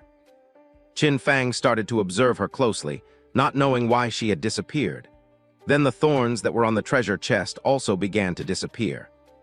Qin Fang did not lower his guard, since even though he could not see the information of that mysterious woman, he knew that she must be related to the Eye of Judgment. The chest began to shine golden, and our boy noticed that it contained epic-tier items, but he knew he had to be careful since there was a chance he would encounter a mimic or a trap. Pointing at the chest, Qin Fang gave the order to his summon to go open it. Following the order, the monster opened the chest, and a bright light began to emerge from it. Qin Fang's eyes widened in surprise as he realized it was a skill book, a godly skill for assassins containing passive and active effects. The chest contained an epic-tier assassin-type skill book called The Stole of Mercy. It had a passive effect, 100% weak point hit correction, and the weak point damage multiplier was doubled. The chest also contained an active skill called Slit Throat. Shadow's next attack was going to inflict Slit Throat, causing 100% of that attack's damage per second for 3 seconds, with a cooldown time of 60 seconds. However, thanks to his skill, the cooldown dropped to 44.4 seconds. Qin Feng noticed that the passive ability doubled the hitbox for the enemy's weak spots. But the most ridiculous part was the active skill, Slit Throat. If his next attack dealt 300 damage, the debuff would cause 300 damage per second for 3 seconds. The total damage would be 1,200 points, which is 3 times the original damage. Qin Feng began to read carefully. Skills like Instant Shadow Slash landed multiple hits, but Slit Throat only counted the first strike. Also, this skill was only of epic tier, so it only needed 10 evolution points to upgrade it to legendary. This loot had been a great harvest, since his burst damage had just increased several times. Qin Feng began to move toward the exit. Knowing that it was all thanks to Little Black, he decided that it was time to return and sell the leftovers to her party. Using the chat, he asked Little Black to tell Wang Meng to return to town, since he had items to sell him. Upon knowing that Shadow had finished exploring the ruins, they decided to return now. Once Qin Feng arrived back at the starter town, his eyes widened in surprise. A crowd of players were waiting for his arrival. All wanted to add him as their friend. Some even offered to be his followers, promising to cheer him on. The chairman of the running group from the city of Zhanhai had come to formally invite Shadow to join their corporation. Qin Feng even had fans from Firefly Town who had come to greet him. Players from different towns had come to form teams with Qin Feng. Seeing this, he realized that the teleportation gates from other towns had started activating. Finally, he could go to Songfei's Firefly Town. Without wasting another second, Qin Feng disappeared without a trace, becoming a shadow.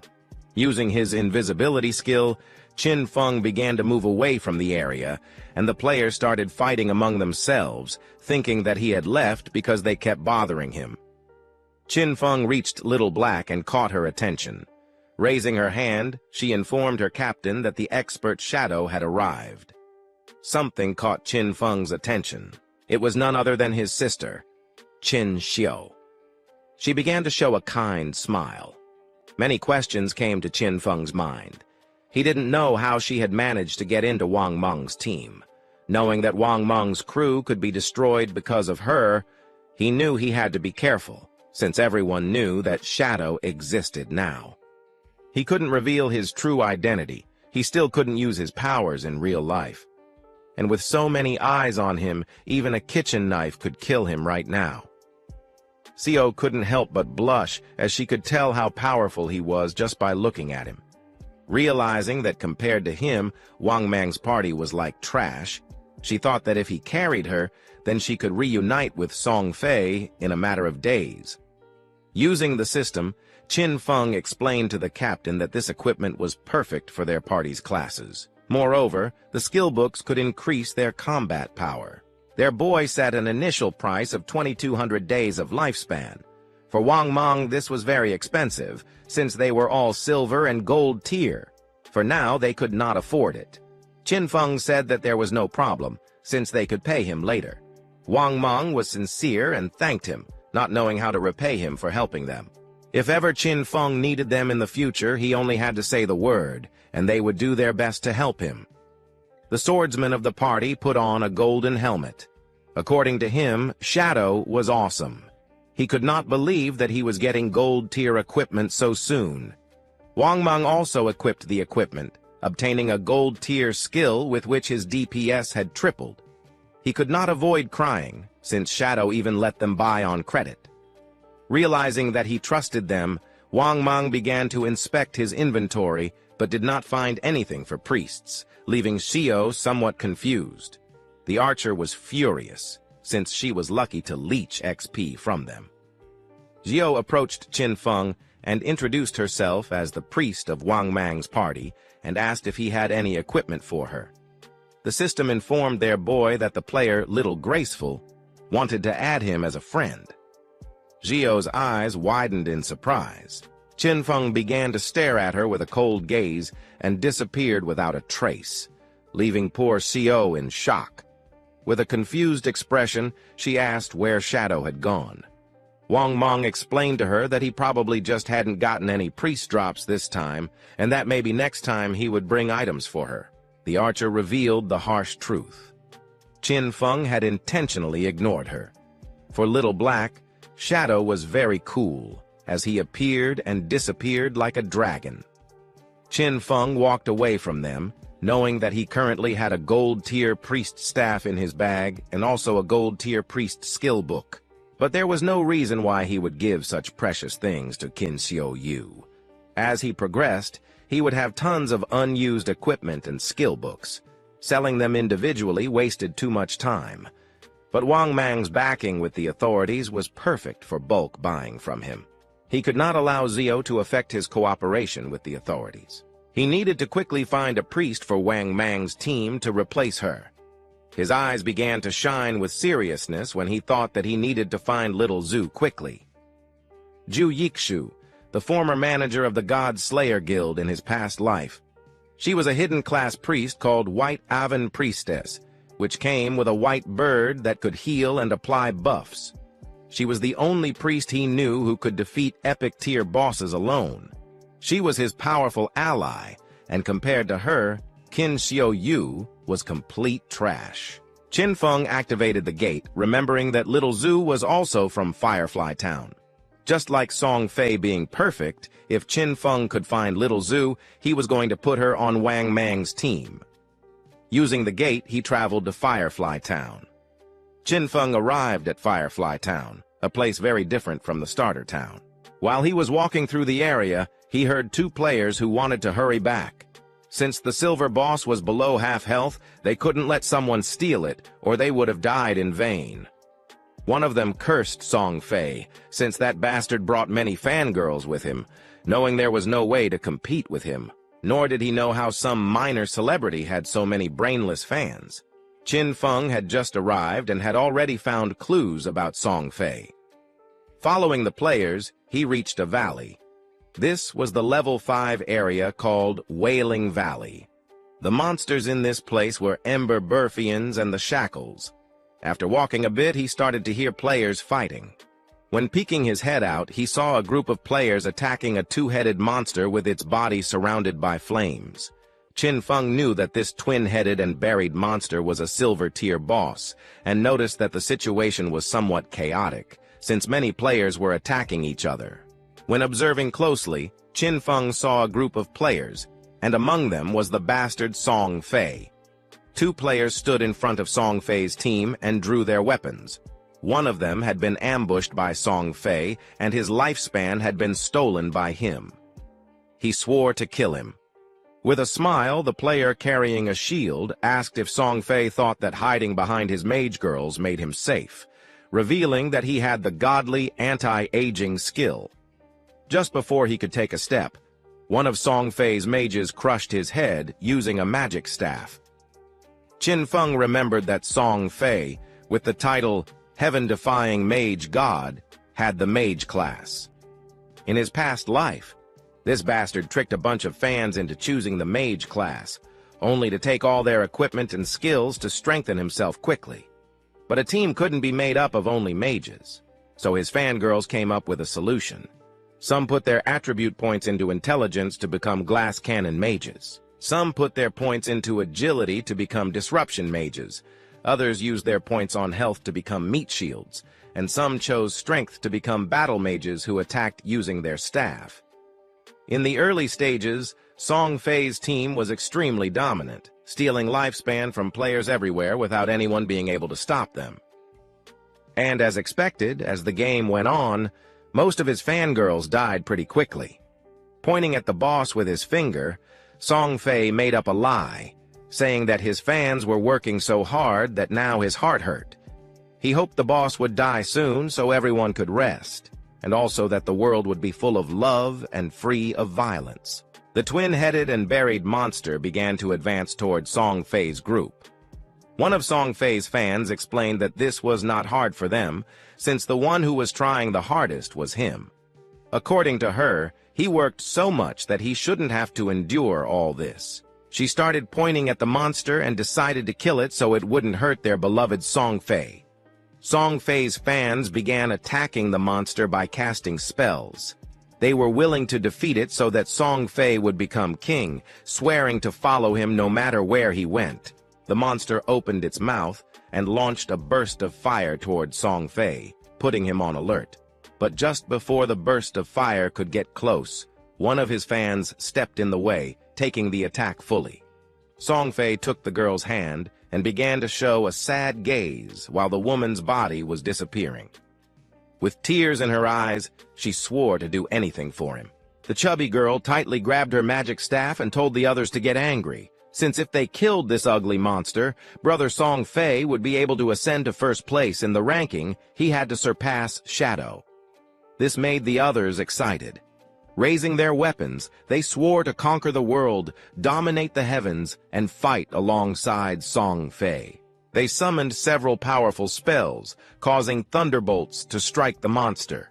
Song Fei realized that it was going to die. Knowing that this silver-tier boss was hard to kill, he couldn't help but wonder how someone had been able to defeat a gold-tier boss alone. He was sure that Shadow had used a bug. Song Fei had many fans helping him and was only level 7.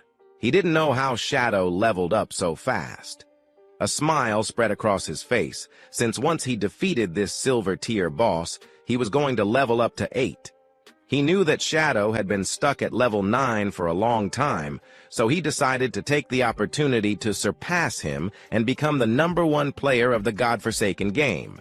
Just then, a hand surrounded by Shadow grabbed Song Fei by the mouth. In the blink of an eye, Qin Feng decapitated Song Fei and, using instant Shadow Slash, cut his body into pieces. Blood began to emerge from the mouth of the bastard Song Fei. His fans went into shock, and just before they could take another breath, Qin Feng attacked again.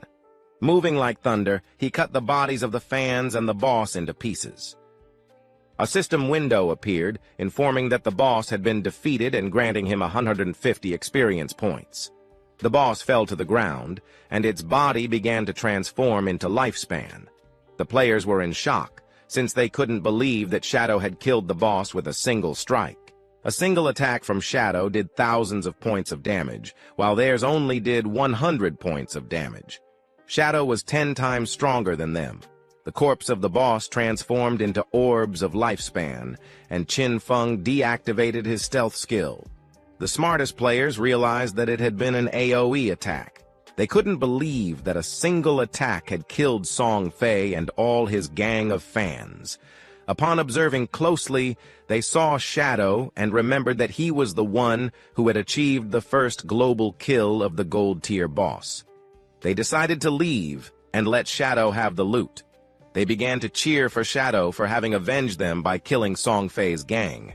Qin Feng knew that they were only afraid of being attacked, and that's why they could only join forces to attack him. In his past life, he would not have hesitated to kill them. At the same time, Song Fei respawned again in Firefly Town. The system reported that he had been killed by Shadow, and he lost 1,106 days of tradable lifespan and 18 years and 113 days of non-tradable lifespan. Song Fei panicked and realized that Shadow had come to Firefly Town. He couldn't believe that out of the hundreds of starter towns in Zhanhai City, he had come to his to steal the kill. His fans also respawned. The chubby girl felt confused to see that Song Fei had also died. The other girl was furious, since she didn't know why Shadow had killed them. The other thought that Shadow wanted to steal the silver-tier boss. According to them, he was evil for taking advantage of Song Fei being distracted to launch a surprise attack. Just then, an archer approached Song Fei and with a nervous expression asked if she could join his team, revealing that she had a skill called Eagle Eye and she could detect invisible enemies. Song Fei's fans told the girl to get lost, since he had said he only wanted mages in his party. The chubby girl thought her efficiency at killing monsters was too low, and she would only affect Song Fei's progress in the ranking. Song Fei extended his arms and explained that although she was an archer, she could be part of his family, since he believed that love could fill everything. He took the woman's hand and, with a kind expression, mentioned that he had felt her strong emotions. It didn't matter if she was an archer. He decided to let her join his team, swearing they would strive together to level up. Having Song Fei so close made her blush, and tears of joy began to flow from her eyes.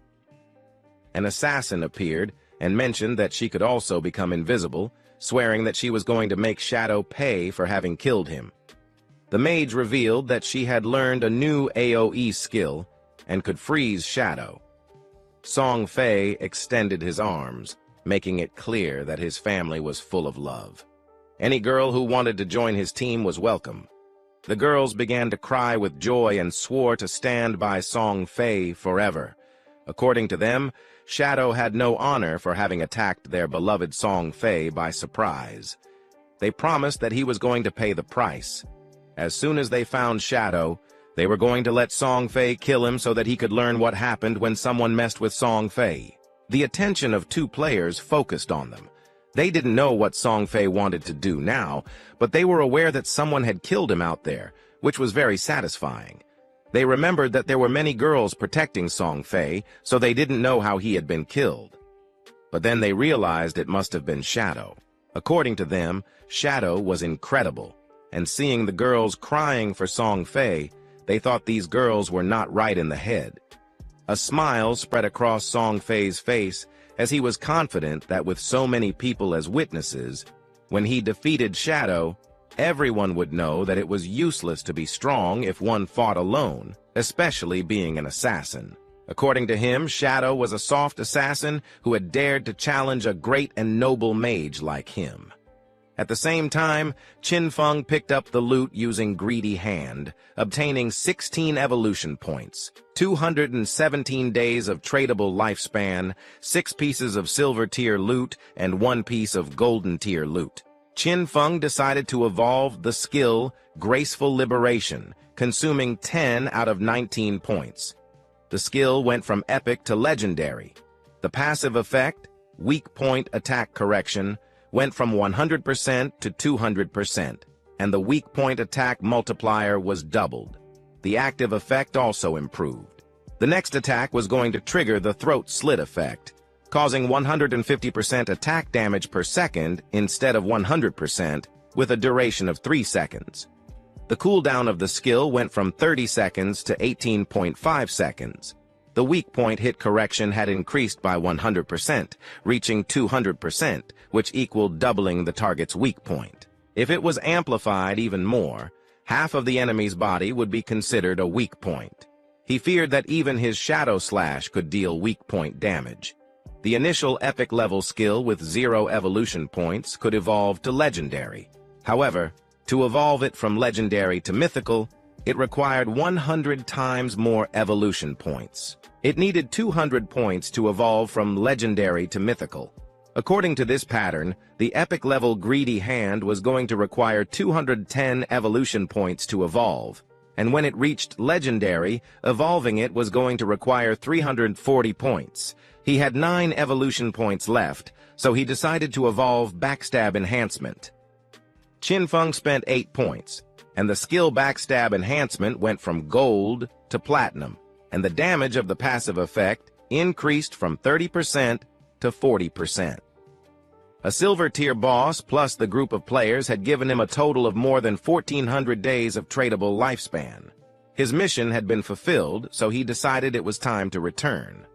While Qin Feng was distracted, a girl tried to attack him by surprise. She intended to kill him. Shadow began to observe her in silence and dodged the attack without much effort. The girl attacked again, but he evaded it again without problems. The girl was in shock to see that he could dodge all her attacks. Without wasting any more time, she used stealth and disappeared. Just then, Song Fei's fans appeared on top of the cliff. They had cornered him and swore to avenge Song Fei.